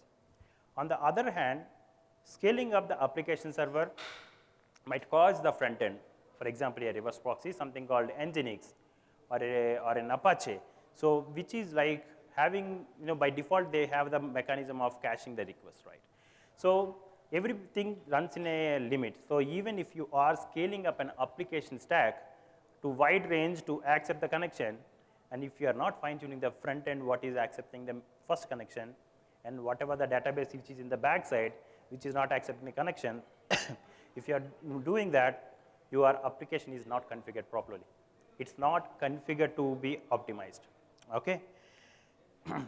With the help of any of the application monitoring tools such as New Relic or Datadog, anything, you can also keep an eye on the connection or memory leaks that can happen. So how do we as a support engineers validate that specific information? Whenever we go to a customer environment, the very first question we ask is, what is the monitoring tool that you are using? Where do I can define that? Where do I can start my debug, right? So that's when the the craziest part starts. No, most of the time, whenever we go for a session, when customers mention that this is important to us and this is affecting a lot, but when I ask for any specific information with respect to JVM usage or a memory usage, we will not get any information because there is no monitoring tool. Simple. That's where we always advise our customers, if you see a specific application to be a business critical one, have some application monitoring tool installed. Keep observing everything. Thread counts. As I mentioned earlier, opening up one specific stack or opening up a gate at a specific layer doesn't help you to scale up. End of the day, the scale up has to be done parallelly. The parallel things need to happen at the network layer, including starting with the network layer, at the reverse proxy, at the web layer, or the application layer, at the same time at the database layer. Okay? The next topic I'm talking about is about system level monitoring. The system level monitorings, we have very good examples, or mostly are familiar with Nagios, as you have seen. So here, I want to talk about a very peculiar event that we come across very recently. So we, as support engineers, we see different kind of loads for different customers. We have seen Artifactory, as I mentioned earlier, handling 30 requests per minute aramse. At the same time, we have seen very loaded environments with our high usage customers, where hundreds, thousands of requests coming per hour, and that too with a costly operations. When I say costly operations, so every application service will have limitations or higher usages. For example, if you ask me about Artifactory, Artifactory does have some of the operations that are little costlier. A calculation of metadata for an RPM package, or if you talk about a Docker image, which is by default requires, which tend to be a higher size, and by default it requires a dedicated thread to be assigned for it till that transaction is complete. Or a higher size of a Docker layer takes more number of disk IOs. It needs to write or deploy, or if you want to do something, everything happens within that specific time frame. The disk IOs are network level stuff. When you talk about any production grade application server, so the basic things, all we talk about, computing and memory things, right? But whenever we concentrate a little bit towards the disk IOs or the network interface cards, that's when we see a lot of issues that are being bottlenecked, not by the application, by the resources that are being assigned to the specific host. Okay? So with the help of this system level monitoring, something like Nagios, you can always keep an eye on the exact things what is going on in your system. When you are encountering any specific issue or an outage, and if you want to do a postmortem, if you want to see what caused the ripple effect, what we call it, so that a simple disk IO or a disk full can impact an application or the database server or on the web server, can cause a lot of issues there. Okay? So in this topic, we have covered a lot of customer use cases we have seen, and out of it, the system level monitoring is the default one every customer used to have. Okay? So whether you go for any of our default cloud providers like AWS or Google or Azure, you will find the system level monitoring to be more available for you, but not the other aspects of application level monitoring or the synthetic monitoring. You generally don't find them. That's where things get a little crazy for us. Okay? The next thing I'm talking about synthetic monitoring. The synthetic monitoring is mostly seen in applications that are available for the end customers. If you are hosting an application, and if you want to check the application availability, the end URL, right? If you want to check them, you can have a synthetic monitoring tool that can be running from a different geographical regions. If you, we have seen the specific synthetic monitoring tools are being available for centric applications, and these specific end URLs can be used or can be integrated with third-party automation tools. Okay. So with this automation tool, what you can do, so nowadays, whatever a specific application you take as an example, either it could be in a bank or it could be in commercial site or anything. So always the web application comes as a part of multiple microservices, right? So how do you can verify the availability of a specific microservice or a specific endpoint, right? So we have multiple use cases with synthetic monitoring tools. So New Relic is doing all jobs. So it also has synthetic monitoring enabled, where you can have automation to be enabled as part of this, where the tool itself can log in, click on a specific application server endpoint. What is the result that needs to be expected? Cross-verify it. Is it getting 200? Whenever I'm clicking on this page, am I seeing the welcome text there or not? So you can have each and every individual use case based configurations you can do. Okay?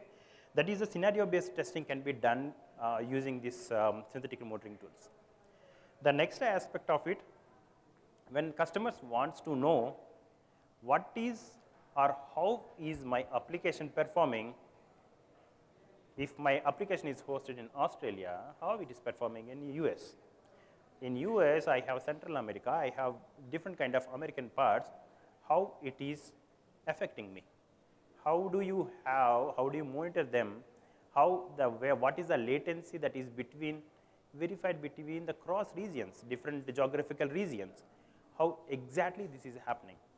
That can be found with the synthetic monitoring tools, and it also grabs you the information about a specific static files, or if you want to keep an eye on specific page that is loading, how much time it is taking. So everything can be monitored using the synthetic monitoring tools. Okay. So with that, I would like to take a pause, and I want to check how many of people are aware of that. We can watch the thread level or the application level deep dive things we can do using any application monitoring tool. How many of you have instrumented your applications? Anyone?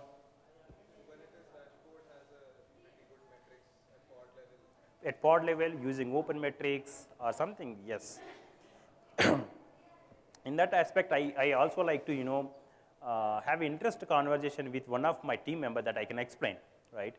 So some people want to watch a container level monitoring system, or in a Kubernetes you want to see, you depend on liveliness probes or readiness probes. Okay. In my words, what I would say, the application health is pod health. The application health is container health, right? So these are the metrics that plays very crucial role in this aspect. Okay. So any other questions? I think so. I think no, it is log aggregation. Maybe some of you people might differ that log aggregation may not come as a monitoring tool, but some aspects in some scenarios, what I have seen, when customers doesn't have a application monitoring tool to watch something, a simple out of memory. A log aggregation tool, something like Splunk or Sumo Logic, log is data. Data is powerful, in short. When you don't have this application monitoring tool available, I have seen people working around it using, how do you verify a specific call? For example, you are doing as part of your Jenkins job, you are doing a post call against one specific endpoint. How do you verify it? That's when logs comes into picture. You can grab them, you can analyze them, you can index them and analyze them and showcase the data, what exactly going on. However, in my opinion, the main importance of a log aggregation tool comes into picture whenever something went bad. When you want to do a postmortem, when you want to see what happened during that time, what is the specific user that bombarded the entire ecosystem or the server, what is the specific IP I'm getting so many requests, why this machine is behaving so weird. These all comes into picture, or you can analyze whenever you have a log aggregation tool in the place. Or you can use the log aggregation tool to grab your application specific errors. For example, if you know that your application is having a specific issue, for example, like with the user registration, you can grab for it. You can find the error rates. Using the error rates, you can have more analytics with respect to your quality of your application as well. There are too many things that can happen with a extra pair of eyes with a log aggregation tools, right? These are all the topics that we have, when it comes to even for any of the SaaS products, if you call it, including JFrog. We use this log analytics to calculate the customer data, how much he used, how many binaries transacted here and there, what is the error rate, what is the user rate that he's configured with, what is the number of redundant calls that are coming to SaaS, how exactly we can tell the customer, hey, you are doing it wrong here. You unnecessarily calling the specific user or specific binary for no reason 1,000 times. So these analytics will help us with respect to analyzing the data, giving good suggestions to any of the customers. Okay. With that, I'm just concluding. So I know, yeah, if you have any question.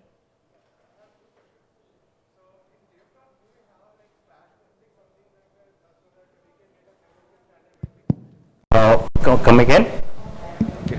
So the question is, in many services like JVM matrix or JMX matrix, we have slash matrix, which gives a returns, which returns in the format of a Prometheus matrix, so that we can add our own custom matrix also.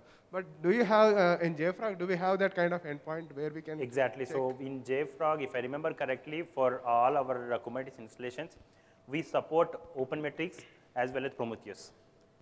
With one more thing, I forgot the tool name, but we do support them with our Kubernetes installations.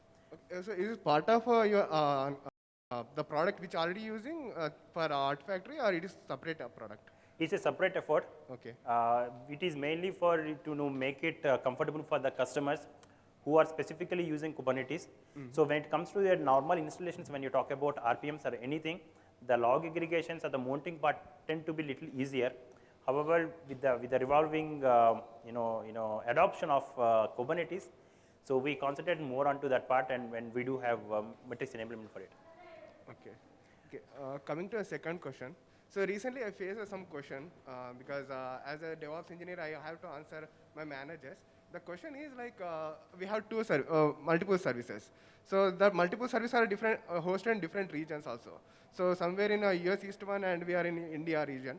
So in India region, we are calling some service in US East 1, but we want to understand what is the latency from this service while we are getting the response from that service. So there will be a region specific latency, and there is also latency from the application side also. Exactly. So how can we measure these metrics? Because we did not find any reasonable or useful metrics to give you this kind of latency. Exactly. Any solution? That's when exactly the synthetic monitoring comes into picture, in my opinion. For example, whenever you are having a different geographical region applications talking to each other, there are multiple things that comes into picture, especially the internet and the number of hops between them. So it starts from the the outgoing connection from your LAN to reaching to the other end of it. Okay. So the latency can be calculated or at least observed. We may not be able to do much out of it, but we do have network level solutions for this very own thing. So I do have seen these examples where customers are seeing a terrific level of delay transferring data from one site to another site, right? So that's when the we always work with our solution engineering teams as well as our customer side network teams.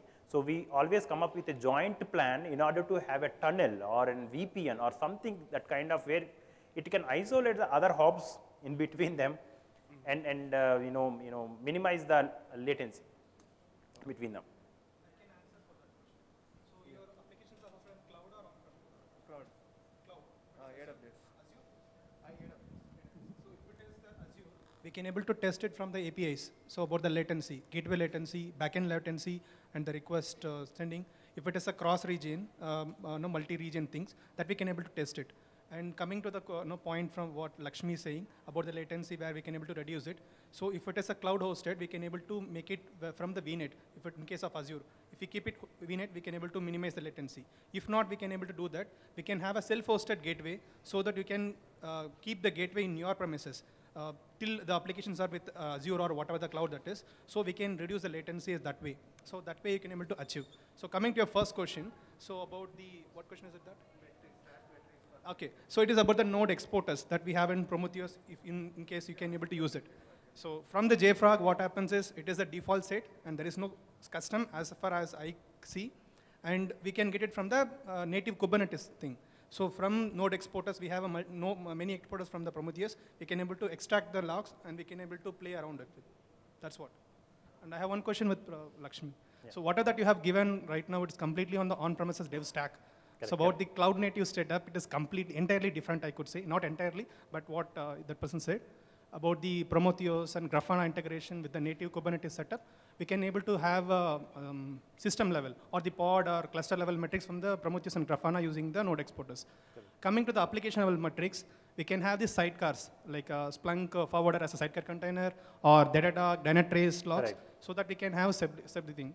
And the question that you have asked about the geographical things, if Splunk is enabled, I mean Splunk exporters are enabled, we can able to give dashboards and alerting mechanism on top of that.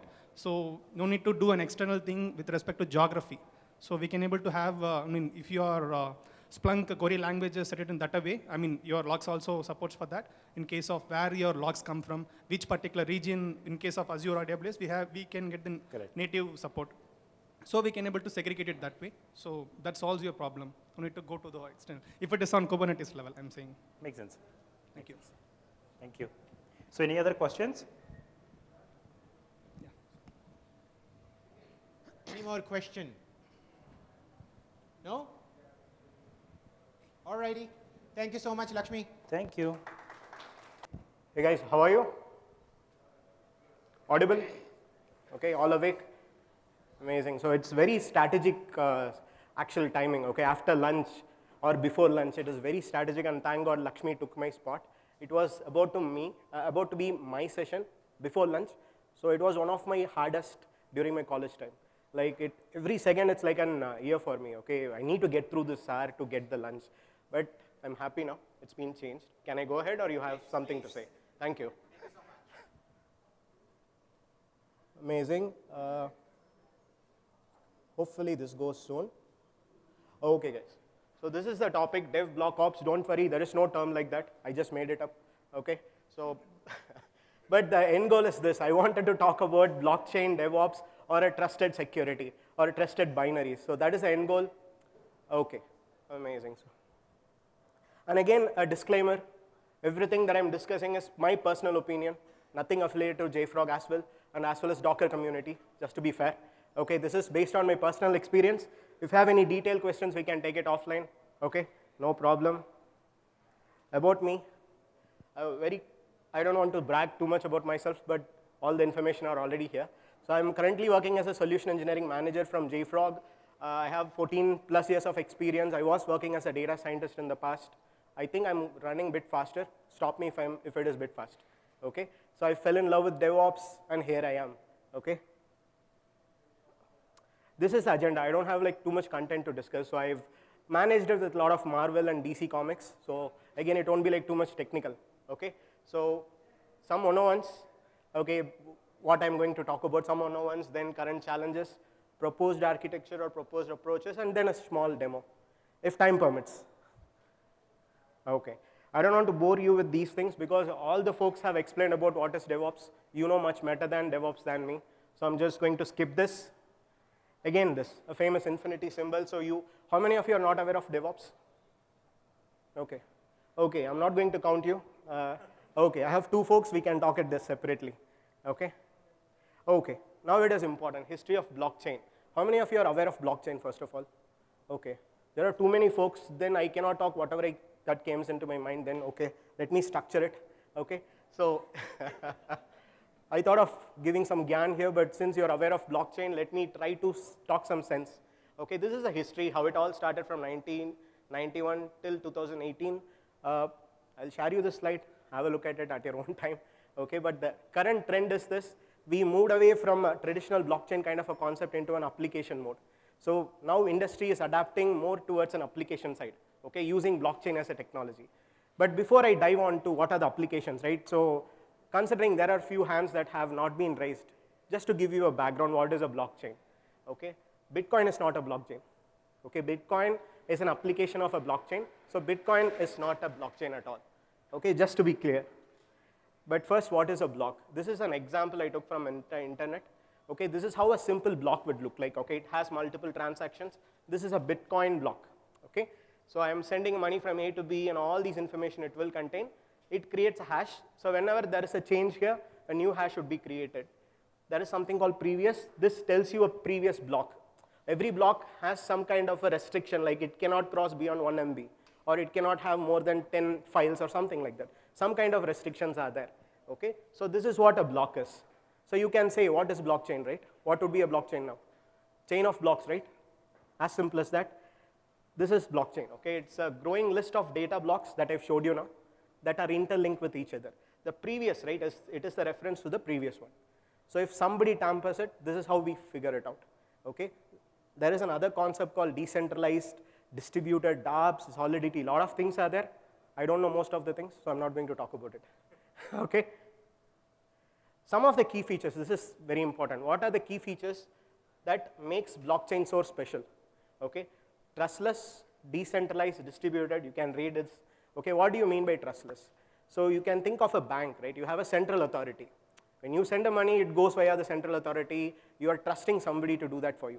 That is, in blockchain, there is no concept called trust there. Central trust is available. So I'm going to steal that concept. I'm going to steal decentralized. I'm going to take consensus based. These are the top things I'm going to take, okay? And try to leverage it for DevOps, okay? But why? I'm talking blockchain, I'm talking DevOps, but why?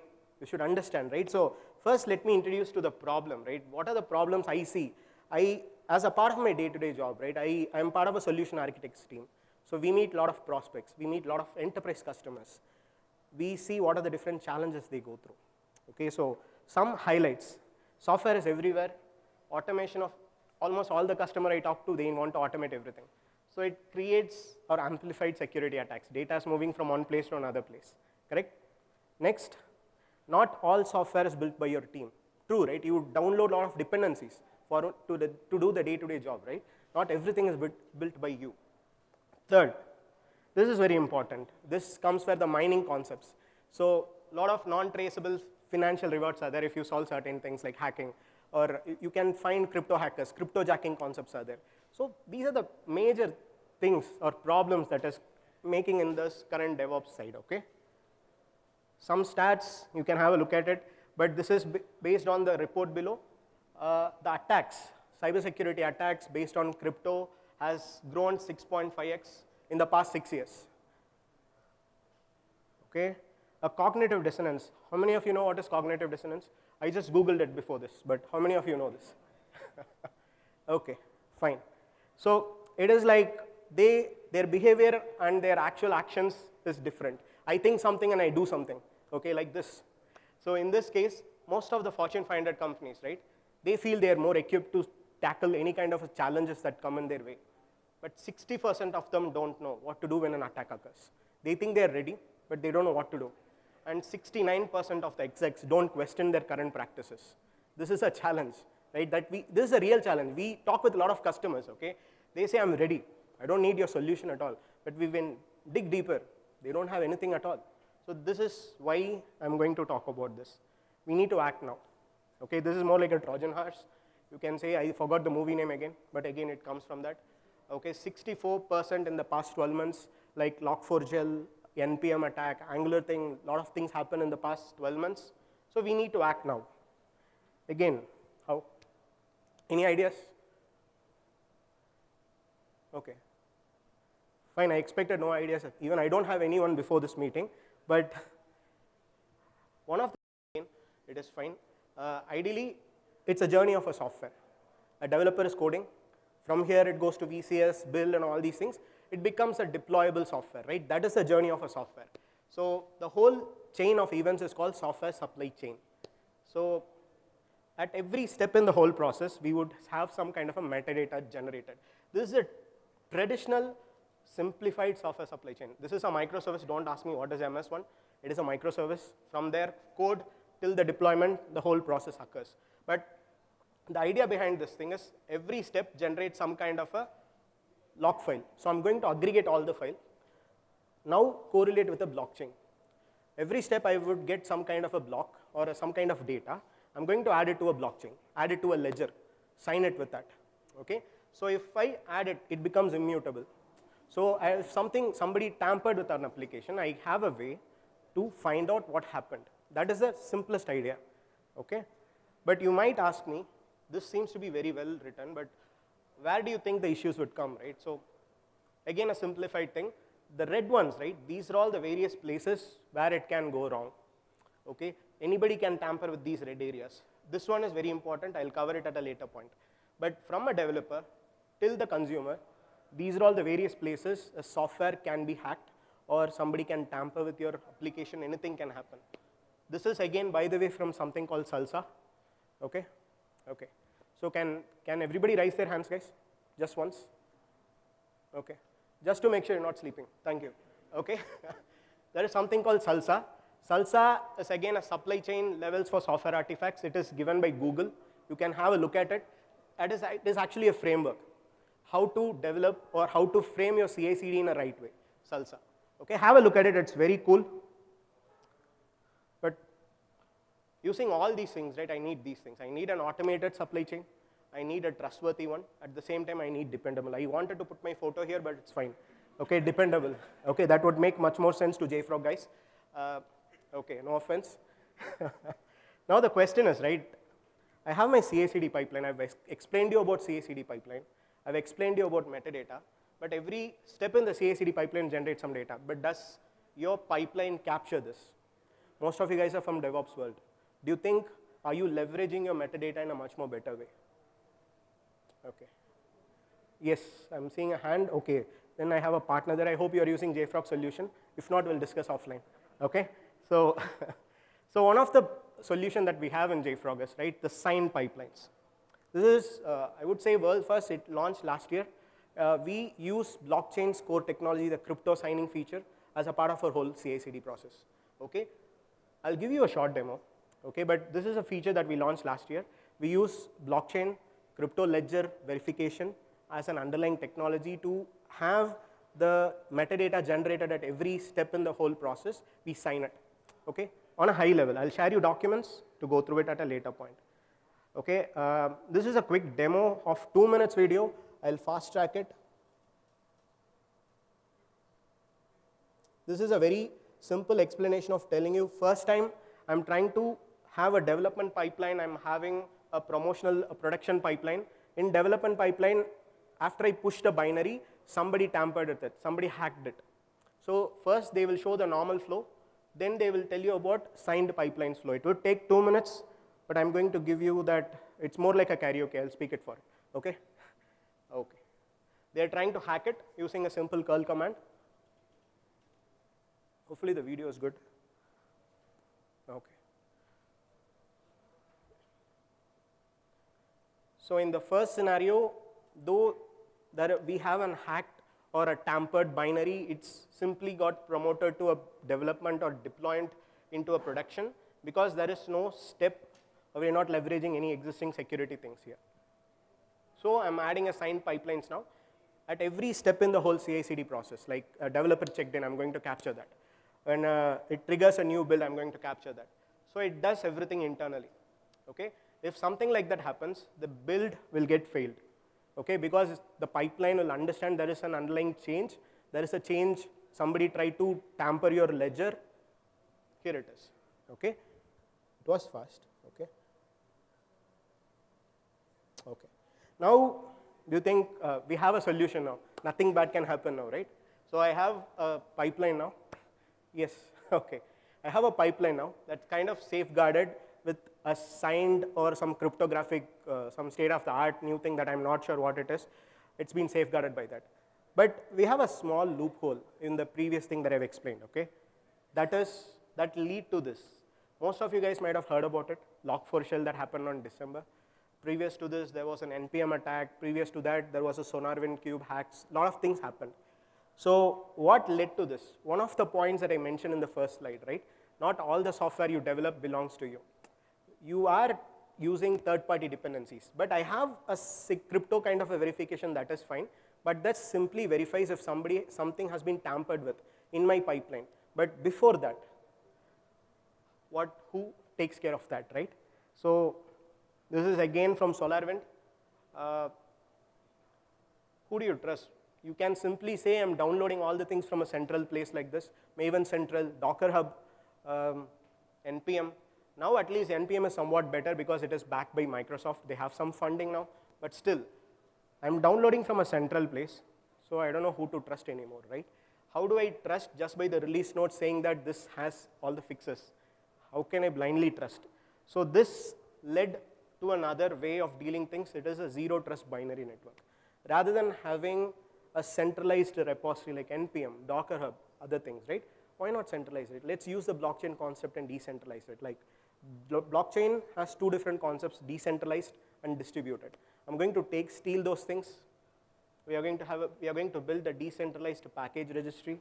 And at the same time, whenever somebody wants to download, they can download it from a nearby node, okay?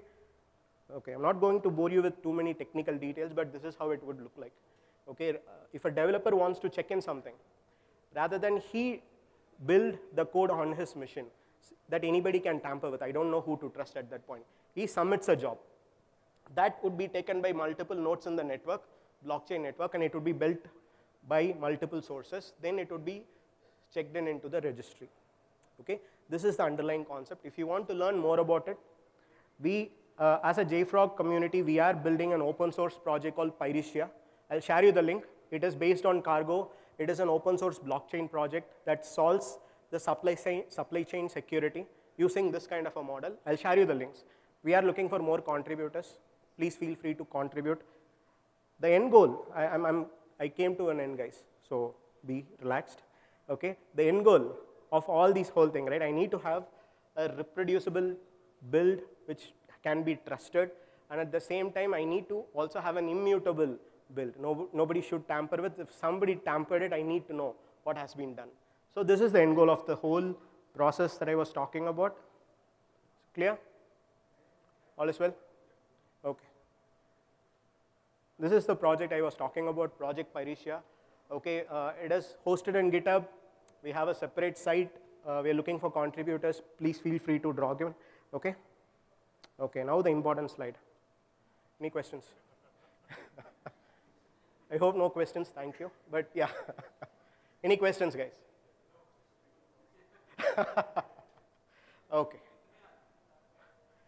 No, I was kidding. Any questions? You have any questions? Feel free to. Okay. I'll be here. Okay, I'll be here along with the JFrog team. If you have any questions, even with regarding to the JFrog platform, I do it all the week, okay? So I'm happy to do that for you here as well, okay? And this is like a pitch. We are hiring for brilliant minds like you, okay, who come attend a meetup on Saturday. That is more than qualified. Our talent team can consider this. We have all your numbers, so we'll give you brownie points, okay? So please feel free to apply for our job. We have a lot of openings. My team has 3 openings, by the way, okay? Manas. Thank you, guys. Thanks for your time. Hope you enjoyed. Bye. Thank you so much. Everyone, am I audible? Okay. First of all, I was caught a bit off guard there, so thanks for your patience setting that up. Let's start with a big round of applause for the organizers. It's been a while since we had an in-present meetup, right? So organizers definitely deserve a huge round of applause. Also, I get to know that you guys are awake now. So this might seem a bit out of place here. Most of the talks that you have heard so far is DevOps related. And here I am coming up with IoT as a completely new topic out of the blue. But rest assured, this wraps together because this entire thing is powered by Docker and Kubernetes. So far they were showing you how to do certain things in DevOps, in using Docker, using Kubernetes. And here I am presenting to you what we have achieved using a similar software stack. So before we get started, can I know who all know what IoT is? Because I still come across people who have no idea what Internet of Things is. Please raise your hands if you do not know what IoT is. Okay, so everybody has some idea what Internet of Things is? Okay, cool. So, and a bit about myself. My name is Robin. I work as a product manager at IoTIFY. And we have 2 products. I'm presenting one of the 2 here. So, in case anybody was a bit too shy to pretty much raise their hands about what IoT, if they do not know what IoT is, consider your smart bulb, your smart washing machines, or smart coffee makers and whatnot. This is your everyday exposure to IoT. So people are just taking this a step further by connecting anything and everything to the internet. But in its simplest form, if you take an everyday device, you give it some degree of intelligence, you give it a way of networking and connecting to an external server, you can say it has become an IoT device. So that, in essence, is what we have here. So how many of you here are working on testing? Okay, that's one person.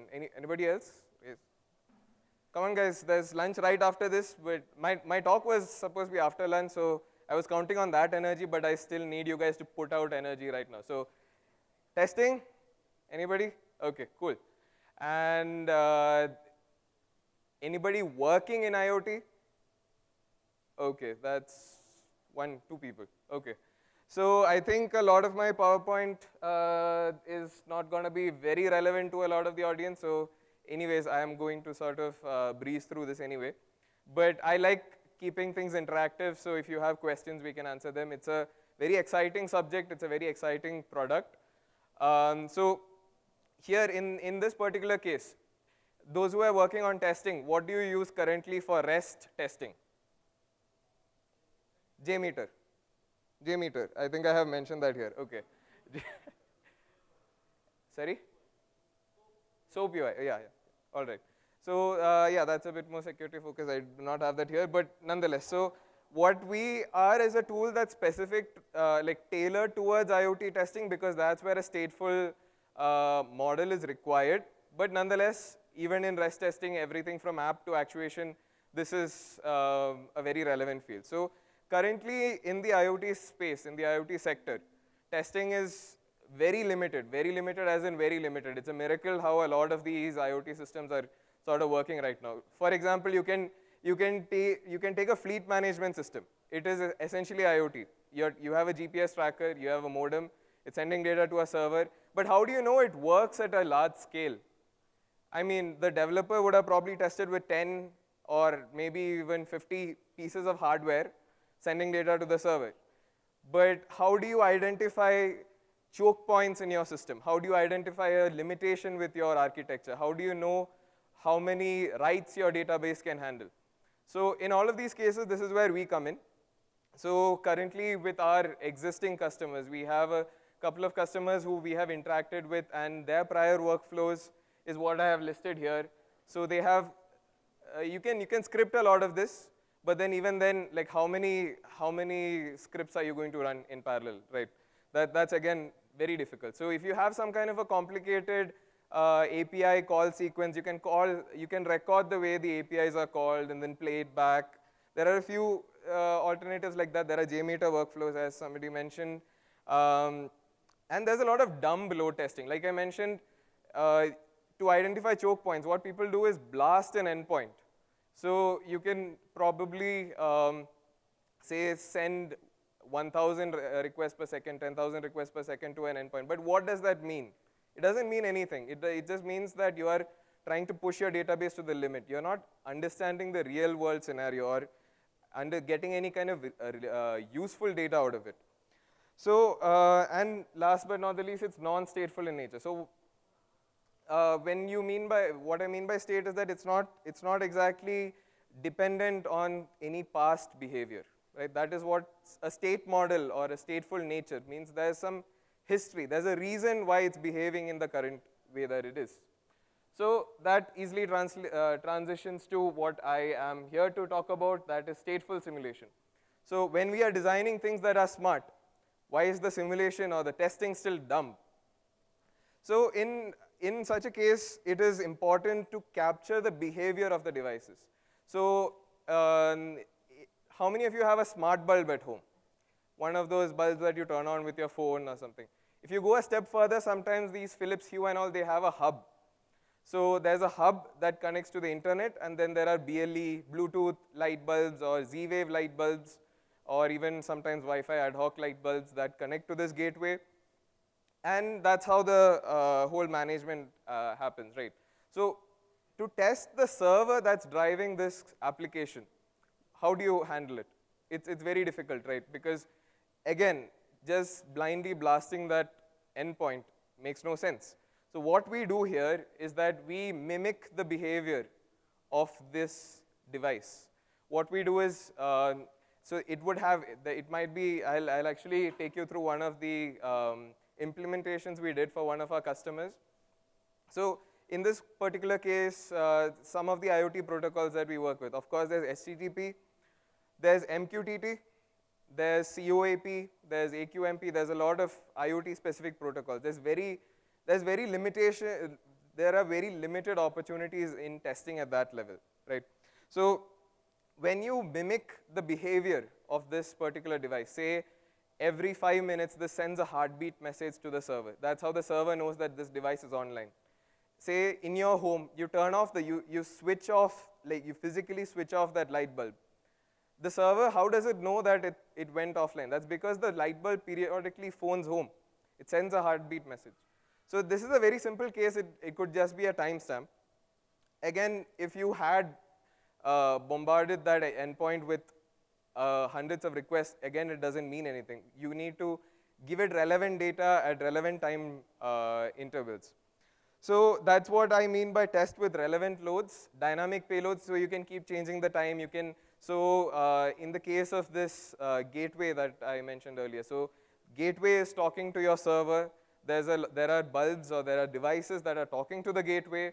So it's a very complicated system. There are routines, there are subroutines. And if you are just going to script this, it doesn't really make much of a sense. So all of this modeling is entirely customer specific or use case specific. In the case of a bus or in the case of a fleet management system, I have a very quick live demo that I can show you. So in that case, it's just latitude, longitude coordinates, right? And also responding to server commands. This is another thing that you can not achieve in normal cases or with very limited capability. So if the server sends a command, if the server sends a firmware upgrade command, how do you make sure that workflow is going correctly? So you can actually mimic it. Like this is one of the scenarios we modeled for one of our customers. So the server actually sends an MQTT message to this device saying that, hey, there's a new firmware out there. You need to go and upgrade yourself. The device, so we actually mimic a GET request to an S3 bucket. We do a checksum matching, and then we do the fulfillment to the server API saying that firmware upgrade is successful. So during this entire workflow, you get to know where the relevant choke points are, where it's happening. Is there some kind of an API that's relevant in this context? Are you provisioning too much resources? As one of the previous speakers mentioned, there's no point in running an instance with 32 CPU cores and 128 gigs of RAM if it's not required, right? But people do enter error on the side of safety and then do that anyway. So that's what we have here. So how do we achieve this? In this particular platform that I'm going to show you, so in our platform, in IoTIFY, we actually enable you to model your device with JavaScript. We use JavaScript extensively for modeling. You define the states and payloads. So state transitions, whether it's in a booting state, whether it is in a firmware upgrade state, whether it is scanning for devices, there are, like I mentioned, routines and subroutines that you can model. So you can define your state behavior, you can have the device respond to server commands, server functionality, and we give helper commands. So if you want to, in some cases, payloads can be random. It's just important that it's dynamic. So we give helper functions. There's one function called a drive function, which simulates, like I mentioned, a fleet management system. It will actually ping Maps API and then give you coordinates. That's almost as if it's a virtual car. I'm actually going to show you that right now. Give me a second. So this is the beta platform. I'm going to take you through the actual release that we have coming up next month as well. It's a sneak peek, but this is what you can go and try right now if you are interested. So let's look at this electric vehicle. So as I mentioned, there's a state definition. So there's initialize, there's a message generator that runs again and again, infinitely as long as we want. So this is a demo that we did for a German company called Esri. They are a geospatial intelligence company, and in this particular case, what we do is model a certain payload that the server expects. So there are things like a vehicle model, battery capacity. So what this simulates is 5 cars or 10 cars or how many ever cars. The server that I'm going to use has a rate limiting, so I'm going to stick to 5 cars.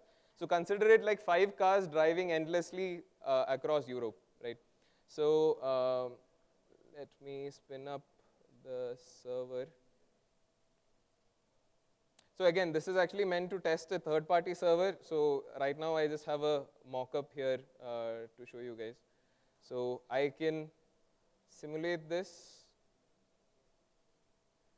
I think there's a network issue.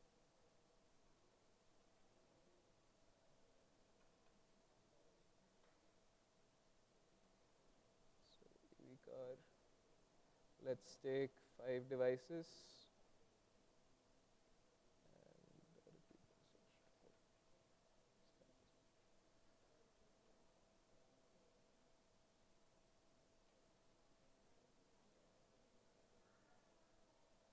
So once that has started, you should be able to see the actual messages that are coming here. So here you can see, like if I zoom in, these will actually be real life roads in Europe. So you can see this is actually going across a highway.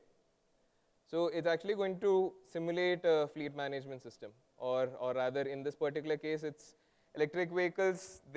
When the battery level, if this is integrated to their particular server, what it does is that when the battery level goes below a certain percentage, it navigates it to a charging endpoint. And then it charges up, it simulates the charging up, and then it starts driving to some other random location. So it's like, this particular use case was like 5 cars endlessly going throughout Europe. So that's one particular thing, and I had another demo planned. It's basic MQTT. So if you know what MQTT is, if you don't know what MQTT is, it's called message queuing telemetry transport. It's one of the protocols that's used widely in IoT. So here again, let me simulate this for you. So this is going to be just random sensor data, like I mentioned earlier. You can basically get, these are some helper functions that we have. So this is a very minimalistic payload. I can take you through the code of the other one. But yeah, so chance.js is one library that we support. Drive is what I showed you earlier. And in what this basically does is when I return something, it actually sends it to the server, the MQTT server. So right now I'm using Adafruit.io here. And this is some previous data that I had here. So I think I'm running a bit behind on time. So I'll skip this demo for now. And yeah, moving on, behind the scenes. So how we are achieving this? So how many of you have a microservices architecture for your application? Right. Okay. That's a great many people who raised their hands. So in this particular case, what we are using is a microservices architecture powered by NATS. NATS is our transporter. It allows for sometimes even calls at millisecond or if not microsecond level in certain cases. Dockerized workers, so this is basically the relevance of what is happening. So I showed you with 5. Right now that's because of the server limitation, but for one of our customers recently we crossed a 1 million device benchmark. So Rently is one of our customers. They are a company based in the United States. So in that particular case, it was this gateway with smart locks, smart thermostats, contact sensors, a great many number of sensors, and cumulatively all of those devices crossed a 1 million scale. So we were able to identify a lot of choke points in their system, and API rate limitings that were not supposed to be there, workflow issues, and all of this is basically, you only get to know it when in sort of a post-mortem context, right? But you cannot ship the device and then expect the customer to come across. That's when you get yelled at, to put it lightly. So to avoid that, we allow you to simulate these loads and then test with relevant loads in that case. So and then to achieve these things, when you're dealing with a 1 million device scale, your operations and everything go to 10 million scale.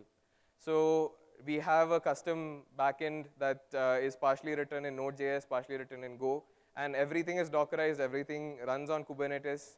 That's how we achieve the scaling. That's the on-prem deployment options that we have. That's also, again, all powered by Kubernetes. So I think I will move on to the next one if there's no further questions there. So yeah, so a basic sneak peek into what's coming. So what you saw right now is the beta platform. We have a new launch coming that has very advanced state modeling features, access to NPM. So during your runtime, you can ingest packages. So if you want to basically include AQMP support, which is another protocol, or whether if you want to use the Google Maps API directly, if you have any NPM package that you want, you can dynamically import that into your runtime, do any kind of mimicking, any kind of modeling that you want. Modeling of Z-Wave, BLE devices. So again, so I keep coming back to this scenario because this is one of the most complicated scenarios in IoT. So you have your gateway, which is the only thing that's talking to the server, but you also have sub-devices under it, like your locks, thermostats, etc., and this talks over Z-Wave or Bluetooth. So we actually allow modeling that now. So you can have some sort of LAN communication as well, and say setting of the lock codes from a server, reporting thermostat temperatures, so on and so forth. And again, all of this scales up to over 1 million. And this is the topic that I mentioned that pretty much relates to the customer. So this is the simulated gateway. In that particular case, we were talking to AWS IoT. Funnily enough, we even found limitations in the way that AWS IoT behaves with load testing. So initially, we were optimized to, say, giving a lot of requests at a time. We were speed optimized initially. But then what we observed is that even AWS IoT doesn't expect performance at that scale. So then we are right now focusing on stability and like reliable simulations at a stretched out scale. So you can keep simulating the behavior of these devices over a very extended period. And eventually what we hope is that before your server basically gets a firmware upgrade or changes a new release of your code, you can integrate a test like this in your staging environment with say virtual devices like this, and your server will not even know that it's talking to 1 million virtual devices. But you also know how performance is expected at the 1 million scale before it actually goes into your production environment. So in this particular case, there was AWS IoT, there were HTTP servers for several authentication, and as I mentioned, firmware upgrade scenarios.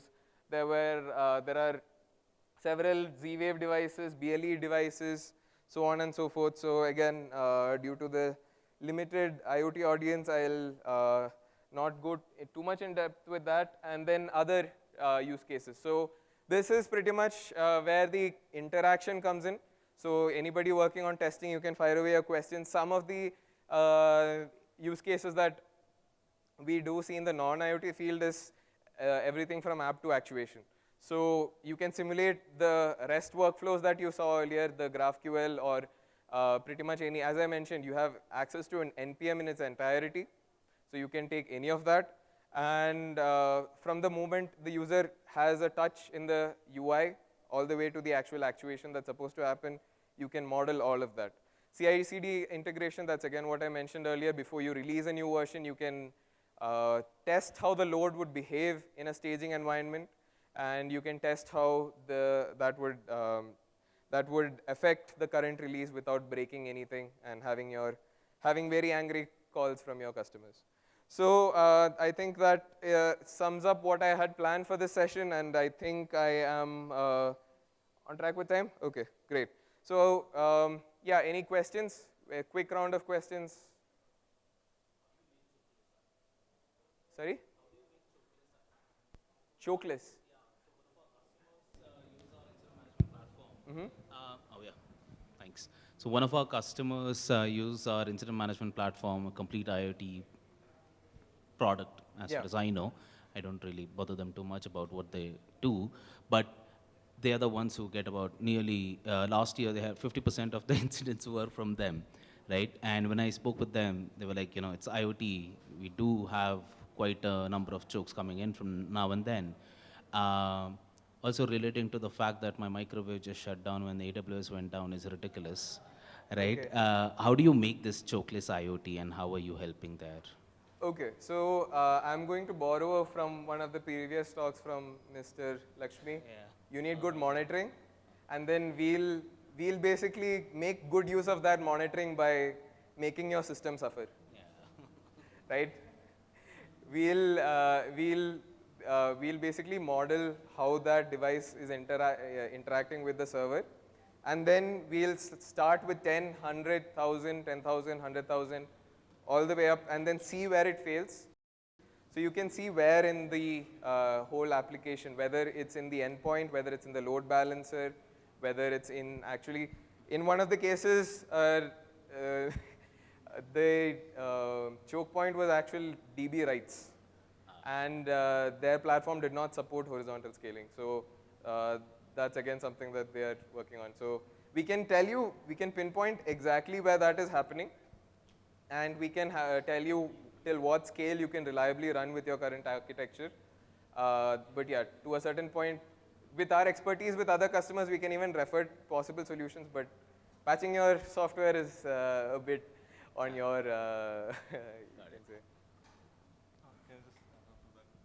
Any more question? It's not a question, just a follow-up to that. We basically break the platform before it goes into production, so you know exactly where it will fail, exactly. Yeah, exactly. Yeah. That's what I mentioned. You can break it in staging so that it doesn't break in production. Yeah, I think these guys get embedded into smart trucks and everything, and you don't know where the truck is taking the smart truck, right? Exactly. So when the internet connection is breaking, we are the ones who get the load for those things being incidents. Exactly. In the new version, we even have like packet loss simulation, packet drop simulation and everything. So you can simulate how much jitter happens in your network, and some new features like that are also coming in right now. You can actually test it out at nsim.iotify.io, but the official release is in a month. So you can check us out at iotify.io. We have two products. The one that I featured right now is the testing and the testing tool. So any other questions?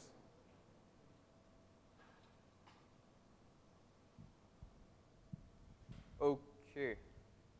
Alrighty, if there are no more questions, thank you so much, Robin. It's almost been 2 years after Corona that I have come to an in-person meetup. Thank you folks for coming here. I am Ankit, and he is Prasad, my colleague. We are maintainers at SigNoz. How many of you have heard anywhere about SigNoz? Thank you guys. So we are building an open source observability platform We are backed by Y Combinator, and we are nearby close to 6,000 GitHub stars today. After this talk, would love to have any of you contribute to our GitHub repos. That's a quick ask from you guys. Cool. So nothing much concrete or difficult words from the talk, I would say. Would be quite simple, open source observability. Like observability today is like in the hearts of our DevOps engineers. Logs, metrics, traces, and everything. Like how can we debug our production systems better, right? So nothing much, observability, OpenTelemetry, and SigNoz. If I am able to get these three keywords into you, or if you are able to make you understand them better, I am happy, and you should gain something beautiful out of it. Cool. So it's like a simple introduction to observability and distributed tracing. We'll quickly go through what is OpenTelemetry, how we designed SigNoz, how good it is, why, a quick demo, and we'll be off soon. Right. So world was good when there was monitoring and logs. What happened? What changed that made this keyword observability and distributed tracing important in our lives? Right. So let me define observability first. It's like a system should be observable from the outside. Like if you want to know something, how the system is behaving inside, you just have a few checks, put thermometer like here and there, and get to know the state of the internals, right? It's very quite similar to what a doctor does when he tries to inspect like how a human body is behaving when it is not functioning properly. Like that's what we DevOps engineers, SRE engineers do. Like we debug our systems when they are not behaving properly, right? Earlier life was simple. We knew when our architecture was monolith, we knew where to put our thermometer right there, right? Now with microservices, hundreds of thousands of microservices running, we really do not know which system to log into, what logs do we see, which metrics to track, and whether that is the root cause. How do I track service A is calling service B is calling service C to XYZ, and then a database call is failing. So all the upstream services are failing. So how do we debug that?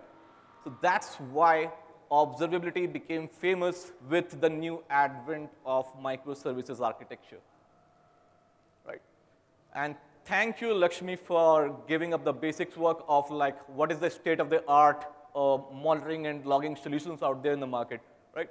So we all know like we are completely tied up with the open source community to help engineers gain better observability into their systems. We know Prometheus is for metrics. In logs, we have Elastic, and for tracing, we have Jaeger. Now, maintaining each of these individual pipelines to handle things at a scale becomes a bit tedious task in our DevOps life, right? So what we're trying to do here is like finding out the root cause of things using all these three pillars of observability, right? What happened, which service went wrong. Now, 100th instance of one particular service is misbehaving because some heavy query took more RAM than needed in that instance, and things like that. If I had a deployment recently, how is that deployment performing? Like, are the error rates and the latencies better than the last one or not, right? So something similar.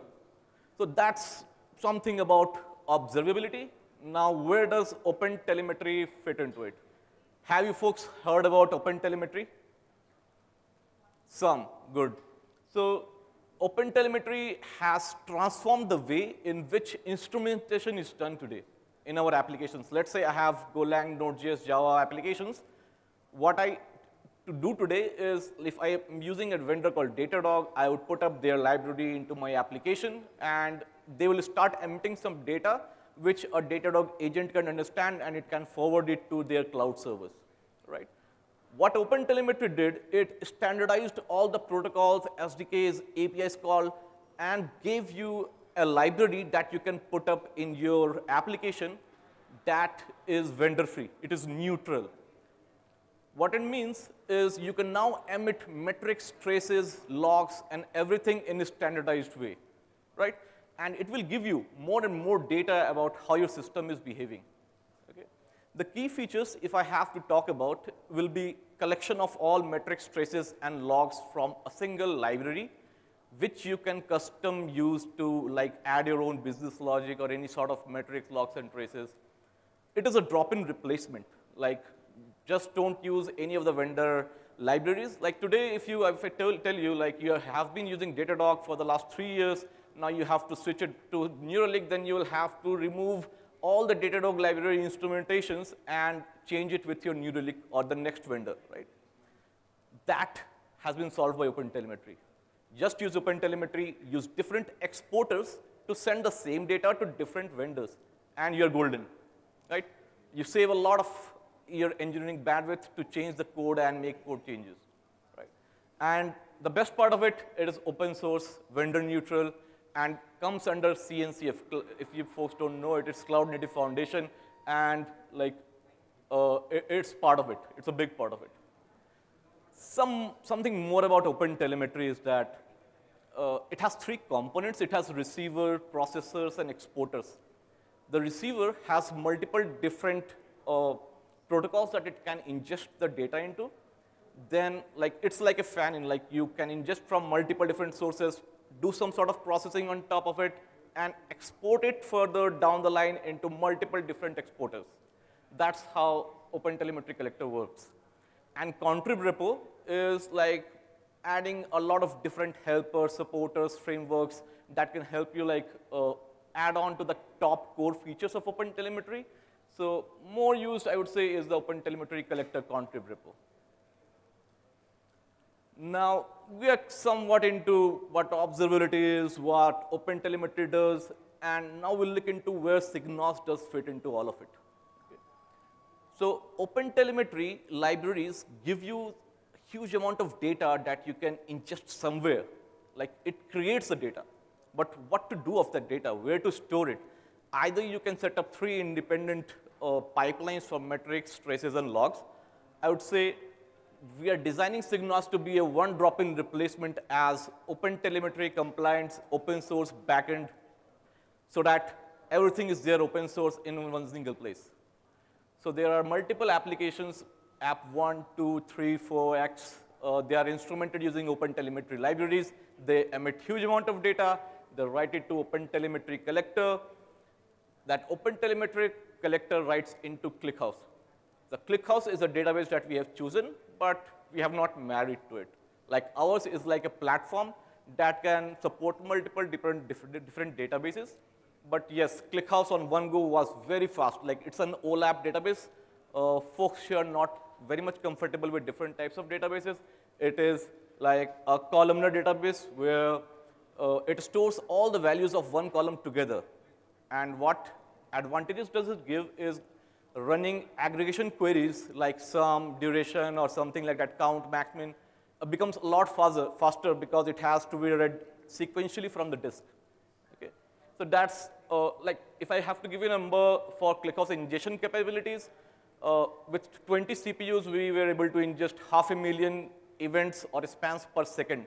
So imagine the skill that it can deal with, right? A single instance of ClickHouse, not even distributed sharding or something. Okay. Now here, after the data is written to ClickHouse, it has an option to write the data to S3 as a support for cold storage. So let's say for 5 days, 6 days, you want to keep the data into the disk of ClickHouse using ClickHouse, and up to a month, you want to keep the data at S3 that is less frequently used. So sometimes when you need, in some rare scenarios, you'd like to pull up the data from S3, and ClickHouse can give you some more insights on top of that, right? And that ClickHouse is connected to our query service that we have written in Golang, and that query service provides APIs that our front-end applications can use, that is written in React.js and TypeScript.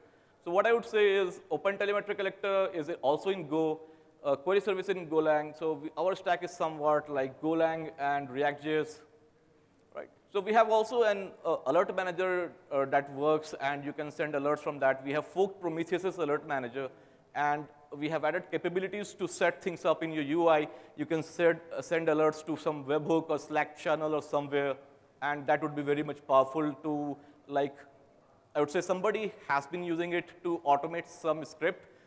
For an example, if the CPU metrics of an instance went to 80%, Then you would like to have an alert via webhook from where you would like to automate and spring off another instance of that service, right?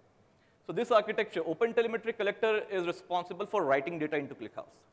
Query service is responsible for reading data from the ClickHouse. So this is completely horizontally scalable. So you can spin up 10, 20, 30 instances of OpenTelemetry collector when you have huge ingestion load. And usually, the query service is not heavily loaded because users sometimes come and run big performance queries, right?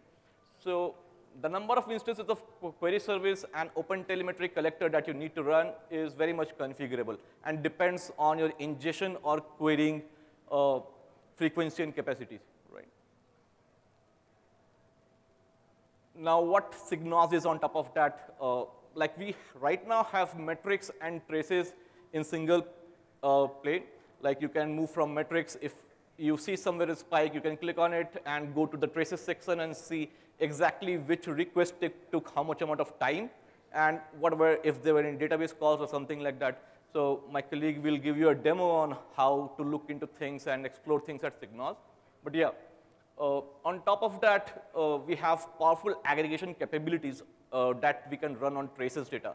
For example, you have added a tag, a key value pair that your customer type is high priority, like a diamond or platinum type customer type. Your payment channel, you can set it out to be PayPal or some different configurations. And you want to know whether those customers are facing different sort of error rates or higher request latencies, and you want to serve them better, right?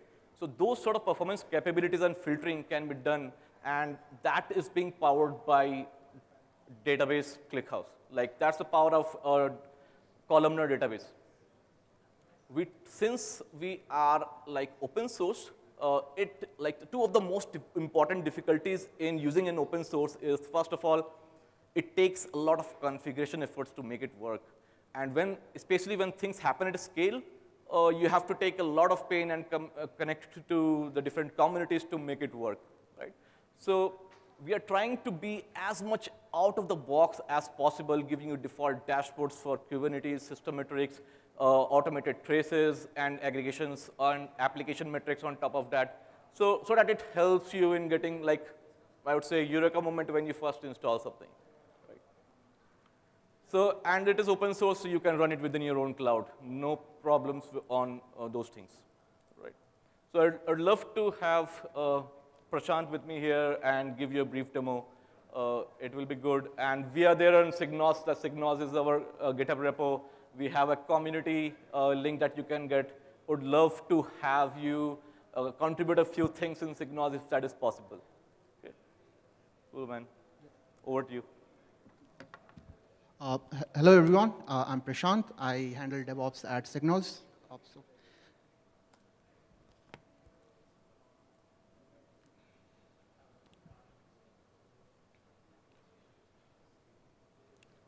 All right. So prior to this DevOps role, I had been involved in various roles, being a DevRel and being like backend engineer, front end. So I've been like I've worn different hats. So I know the pain points, like a lot of the pain points that can occur. Like you would never know like where something goes wrong when you have like tens of more than like 10, 50, hundreds of microservices talking to each other. So this is where SigNoz comes in and makes it all easy to basically know where exactly it went wrong. So I think all right. So this is a SigNoz application UI. So this I brought it up using Docker Compose. Okay, I think.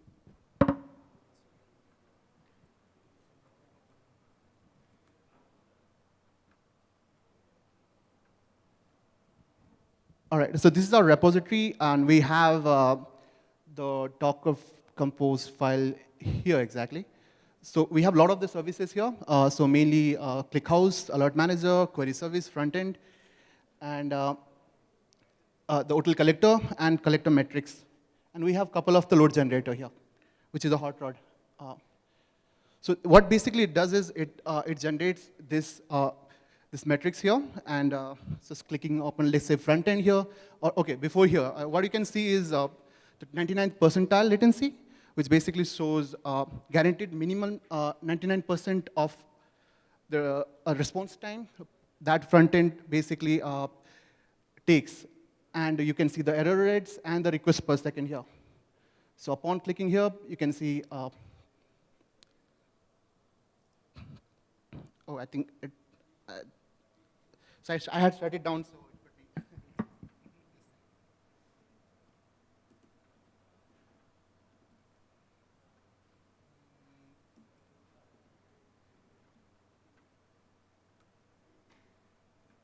So yeah.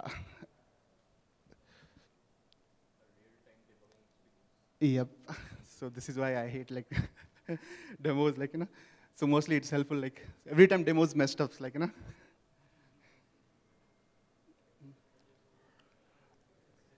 All right, let's wait for it. So it will take some time. Almost there.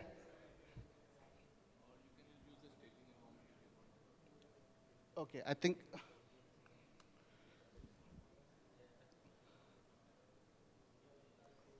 Oh, internet. Shit. So yeah, there's no Wi-Fi here, so I could. So here on top, I can set like last what duration range we want to like fetch the data for. So we have like 5 minutes here, 10 minutes, 30 minutes. So this can come from on disk ClickHouse, or it can come from the cold storage S3 as well. Let's see, last 6 hours something. All right. So I set it as last 6 hours. So here I can see. So when I turned off my laptop, so it basically went down.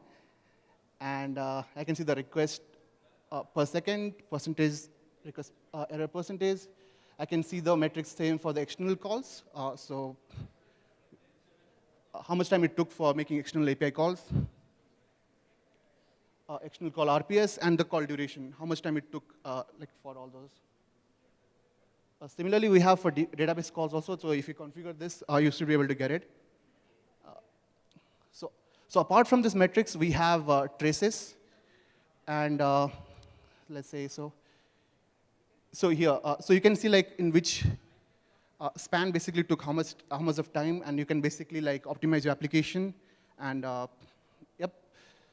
So if you go out here, you should be able to filter out based on whatever your requirement. You can filter out and like from here.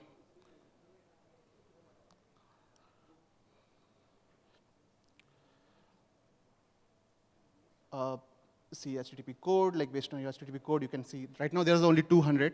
So if there are more 500s, then you can configure from here. So apart from this, we have alerts. So we support Alert Manager fork. So we have a SigNoz fork for alert managers. So you can configure it from here to send it to your Slack servers.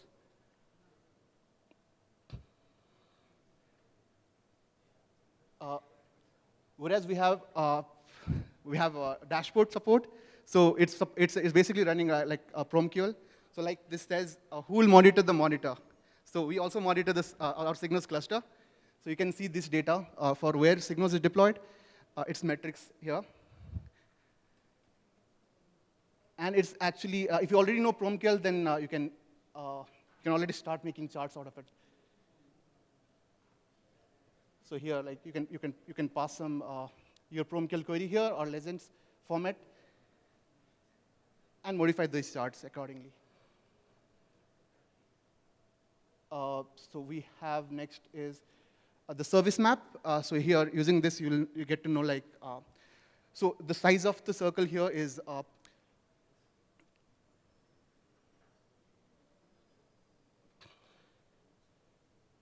size of the request, so amount of requests you're sending from this to this. Based on that, the size is like large and small. And next, we have the span count. So basically, how many spans we created with the duration. And you can filter it out from here, like. And you might be wondering how to instrument this. So all of the any agent that is out there which supports OpenTelemetry, you can so OpenTelemetry SDK is out there. You can integrate with you can basically set it as send all the OTLP traces metrics to SigNoz, and it will take care of it. So you can just see it right away from here. So yeah, I think that will be all from here. Maybe Ankit might want to add something here. Would love to have some of you folks as contributors. Would love to have some of you folks as contributors. There are stickers out there that we love open source, and let's get some good support from the community. Cool, man. Thank you. Sure.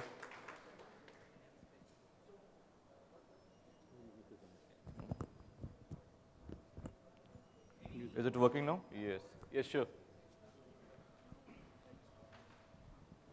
So this is your observability platform, okay? Yes. So if you want to create with a Fluentd as a sidecar, so my sidecar inside my VM or container or public cloud, so how it will integrate with this platform? Right now we are into metrics and logs, traces only. Like logs is going to come after 3-4 months maybe. But how you are collecting inside the application and take it and putting into this platform? So OpenTelemetry collector is going to run on every node. Okay. And that has to, like, OpenTelemetry collector has support for metric, traces, and logs all together. Okay. It has receivers that I think probably should be connected to Fluentd somehow.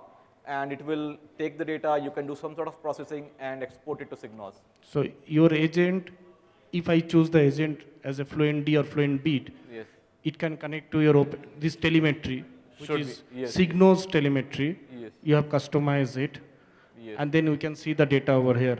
Yes, yes, definitely. Okay, so capacity planning, scaling, we can derive from here. Yeah, so how CPU and memory is utilizing, and based on that I can take a call whether I can go for scaling or not. Right. Okay, so Fluentd I can integrate over here. That is one of the open source and very popular in the market. Yes, yes, I know that, but that is yet to come. Like logs pipeline we have not worked on right now. So do you have any DB before your telemetry reach, any real-time database or something like Elasticsearch database we can put into my Fluentd, put into Elasticsearch. Yeah. Then from Elasticsearch I can connect this or any real-time database? Should be, but it will take a lot of efforts to build the log management solution right now. Because if I take from the Fluentd, where I can store, then it will take from there. Right, right. Otherwise, you have to go have a direct connection or we have to go through some DB. Right, right. So understand, so we will be supporting logs via ClickHouse itself. ClickHouse has different engines for different things. Like for logs, they have TinyLog and Log Engine also. There was an interesting blog a few months earlier from Uber that they moved from Elasticsearch to ClickHouse for storing and querying their logs, right? So we are heavily inspired from that, and once we are able to build that architecture into SigNoz, like all metrics, traces, and logs together will be in SigNoz, and it will be a complete. So you are using ClickHouse? Yes, ClickHouse as a database. So then Fluentd can put their data into ClickHouse, and from ClickHouse to you can integrate over here? Yes. Okay, thank you. Sure, a lot of hands I see. Regarding your question, man, the OpenTelemetry system completely supports Prometheus, so it will be able to scrape all the Prometheus endpoint, and it can ingest data. Moreover, using the SDKs, you can ingest your own metrics, and it will be there in SigNoz to plot it out. Yeah.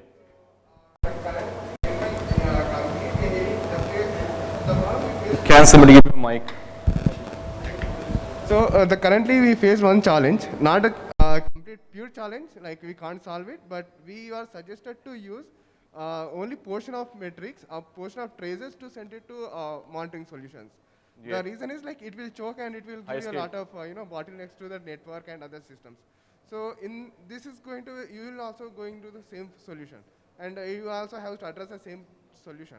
So Right. how will you managing that kind of networking? Because in that tracing, apart from application sending the data, application metrics, so your traces will be more will consume more So data true. than normal application, right? So traces will have a lot of data. Like I would say, every request takes up to 20, 30 events or spans, emits 20, 30 events or spans. If you are ingesting the data with like all the data into SigNoz, it will be like if you are handling, your services are handling a request of 1,000 requests per second, then it will come out to be 50,000 or 30,000 requests, events per second into SigNoz. So right now, like we are very much comfortable to handle up to like 100,000 events per second into ClickHouse. And using like just a simple MacBook Pro laptop can handle up to 80,000 events per second into right now. But yes, sampling is the way to do it there when we are talking about ingesting like 1 million events per second. So there are different sampling strategies. One is head-based sampling, other is probabilistic sampling, there is tail-based sampling. So all these options of sampling are there in OpenTelemetry collector. Okay, and you can configure those options. So there are two places of configuration. The first one being the application. When you have the instrumentation library, you can configure how much of the traces or what probability of the traces you would like to send to the agent first of all. And from agent, then you can configure again what percentage should be sent to the backend, SigNoz backend, right? And to help things out in a bit, like we have set a retention policy. Like traces are generally used less, so like a week period of retention for traces is good, and for metrics might be 12 months or 13 months, right? So you can set these retention policies after which your ClickHouse will delete the data automatically as a synchronous background process, and your disk will be free again. Probabilistic sampling, yes. Tail-based sampling is also different, is there, but I think it is not quite yet mature to be used from OpenTelemetry collector. Maybe in a month or two it will be. So tail-based sampling is like making a decision after you have received the complete trace. Now you know the complete trace took more than 10 seconds, I would say. Then that trace is important. I would like to store and save that trace. Then it is like, when your decision-making process is after the complete trace, then it is tail-based sampling. Head-based sampling means as soon as the trace comes, you decide based on the number of the service name or the operation name, you hash things up, you distribute equally and pick up randomly, then it is like a head-based sampling. So the tail-based sampling is quite costly in terms of complexity and operationality, but head-based sampling is quite good. Yes? This UI, you've written a custom UI here, is it? Where? Here. Yeah, thank you. Yeah, so this is a custom UI you have written? Yes, this is a custom UI that I have built. Okay, because it does look like Grafana or something, but you have not used Grafana any particular reason. Right, so we did use one Grafana library for showing the y-axis. So we were inspired from Grafana, Datadog, and somewhere else. Like, so we were exploring the different tools. Even there are multiple tools like Lightstep. There is like Uptrace, Lightstep, Honeycomb. Like we went into all of these, and like we seemed like we did a user research which things are useful in which kind of product. Like that filter trace of ours is inspired from Datadog. It gives a good UI where you can filter stuff out very quickly. The dashboard stuff is inspired from Grafana, I would say. Right? But that is built up on our own. Only the y-axis unit is, we are using the open source library from there. Okay. You didn't find any of the existing ones to be directly usable out of the box? I didn't get you. I'm just wondering why you built it. Is it for some reason you found none of the existing ones to be So I have, like before building SigNoz, I was playing around with a lot of Prometheus, Grafana, Cortex, Jaeger, and different, tried to make a complete solution out of it and make it work, but it was quite limited in terms of what we were trying to do. Grafana, I would say, is a great tool. It started off as just showing different panels for metrics, but right now, like it is evolving out to be an observability tool. So there has been a lot of limitations in the Grafana dashboard on setting variables, alerts, and like organizing the set of dashboards that we can have, right? So we will be like innovating or building completely for observability suite of products. Right? So that seemed very, it doesn't make sense to use just one page of Grafana and for the rest of the thing, the UIs will be completely different and we do not have any control on the Grafana ecosystem, right? So it seemed difficult to make it work with SigNoz. Hey, I have one question. Yeah. Basically, you were mentioning about metrics, log ingestion, as well as traces. Yeah. So, and the agent is responsible for your metrics thing, which is a continuous feed. But logs and traces are discontinuous things. So what is your underlying entity where you would establish the correlation between the system parameters going wrong and what sort of discontinuous traces you would be able to correlate? So how do you bring those two correlations? Right, that's a very interesting question, and thanks for asking it out. We are also exploring what all possible ways of correlating metrics, traces, and logs can happen. For the time being, we are working with metrics and traces, and what we have seen is like timestamp, service name, operation name. Like what we are doing to make this correlation work is we are deriving metrics, a lot of metrics from the trace data and span data, so that we have the same set of key value pairs that are associated with the trace and with the metrics. And if somebody wants to query, like plot a chart, he can plot using those key value pairs, and if they have to move to traces, like it will be like very much useful. But that the discontinuous data still would have trouble, because like you would either end up in drawing a straight line to connect the two dots, or you will have to show the samples, that's it. So I think no, the piece I think you're missing there is like we are creating metrics from the trace data. Trace data is discontinuous. It comes via push mechanism, and we store it and we display it. It's an independent, like metrics table and traces table do not talk to each other. Yeah. So they plot separately, but we have the leverage to move from metrics to traces. For example, a service name called customer or front end, if we see some spike, we can click on it and go to the traces page if I am able to show you that. Let me give you an example. Yes, we can click. Let's see, we have seen a spike here. I'll click on it, and I will click on view traces, and it will take me to the traces pages. We can do duration sorting. Sorry. Moving. How to click it? Man, can I do it? Yes, thank you. So it will be sorted by duration, and if you got something interesting, just click on it and it will take you. How to click on it, man? Yes. Yeah, I believe it is happening because the agent is doing both the things at the moment. Right. So, but when you put it on two different things, it can work differently, and the drill downs can still have a problem. All the best. Great. Thank you. Awesome. Thank you so much.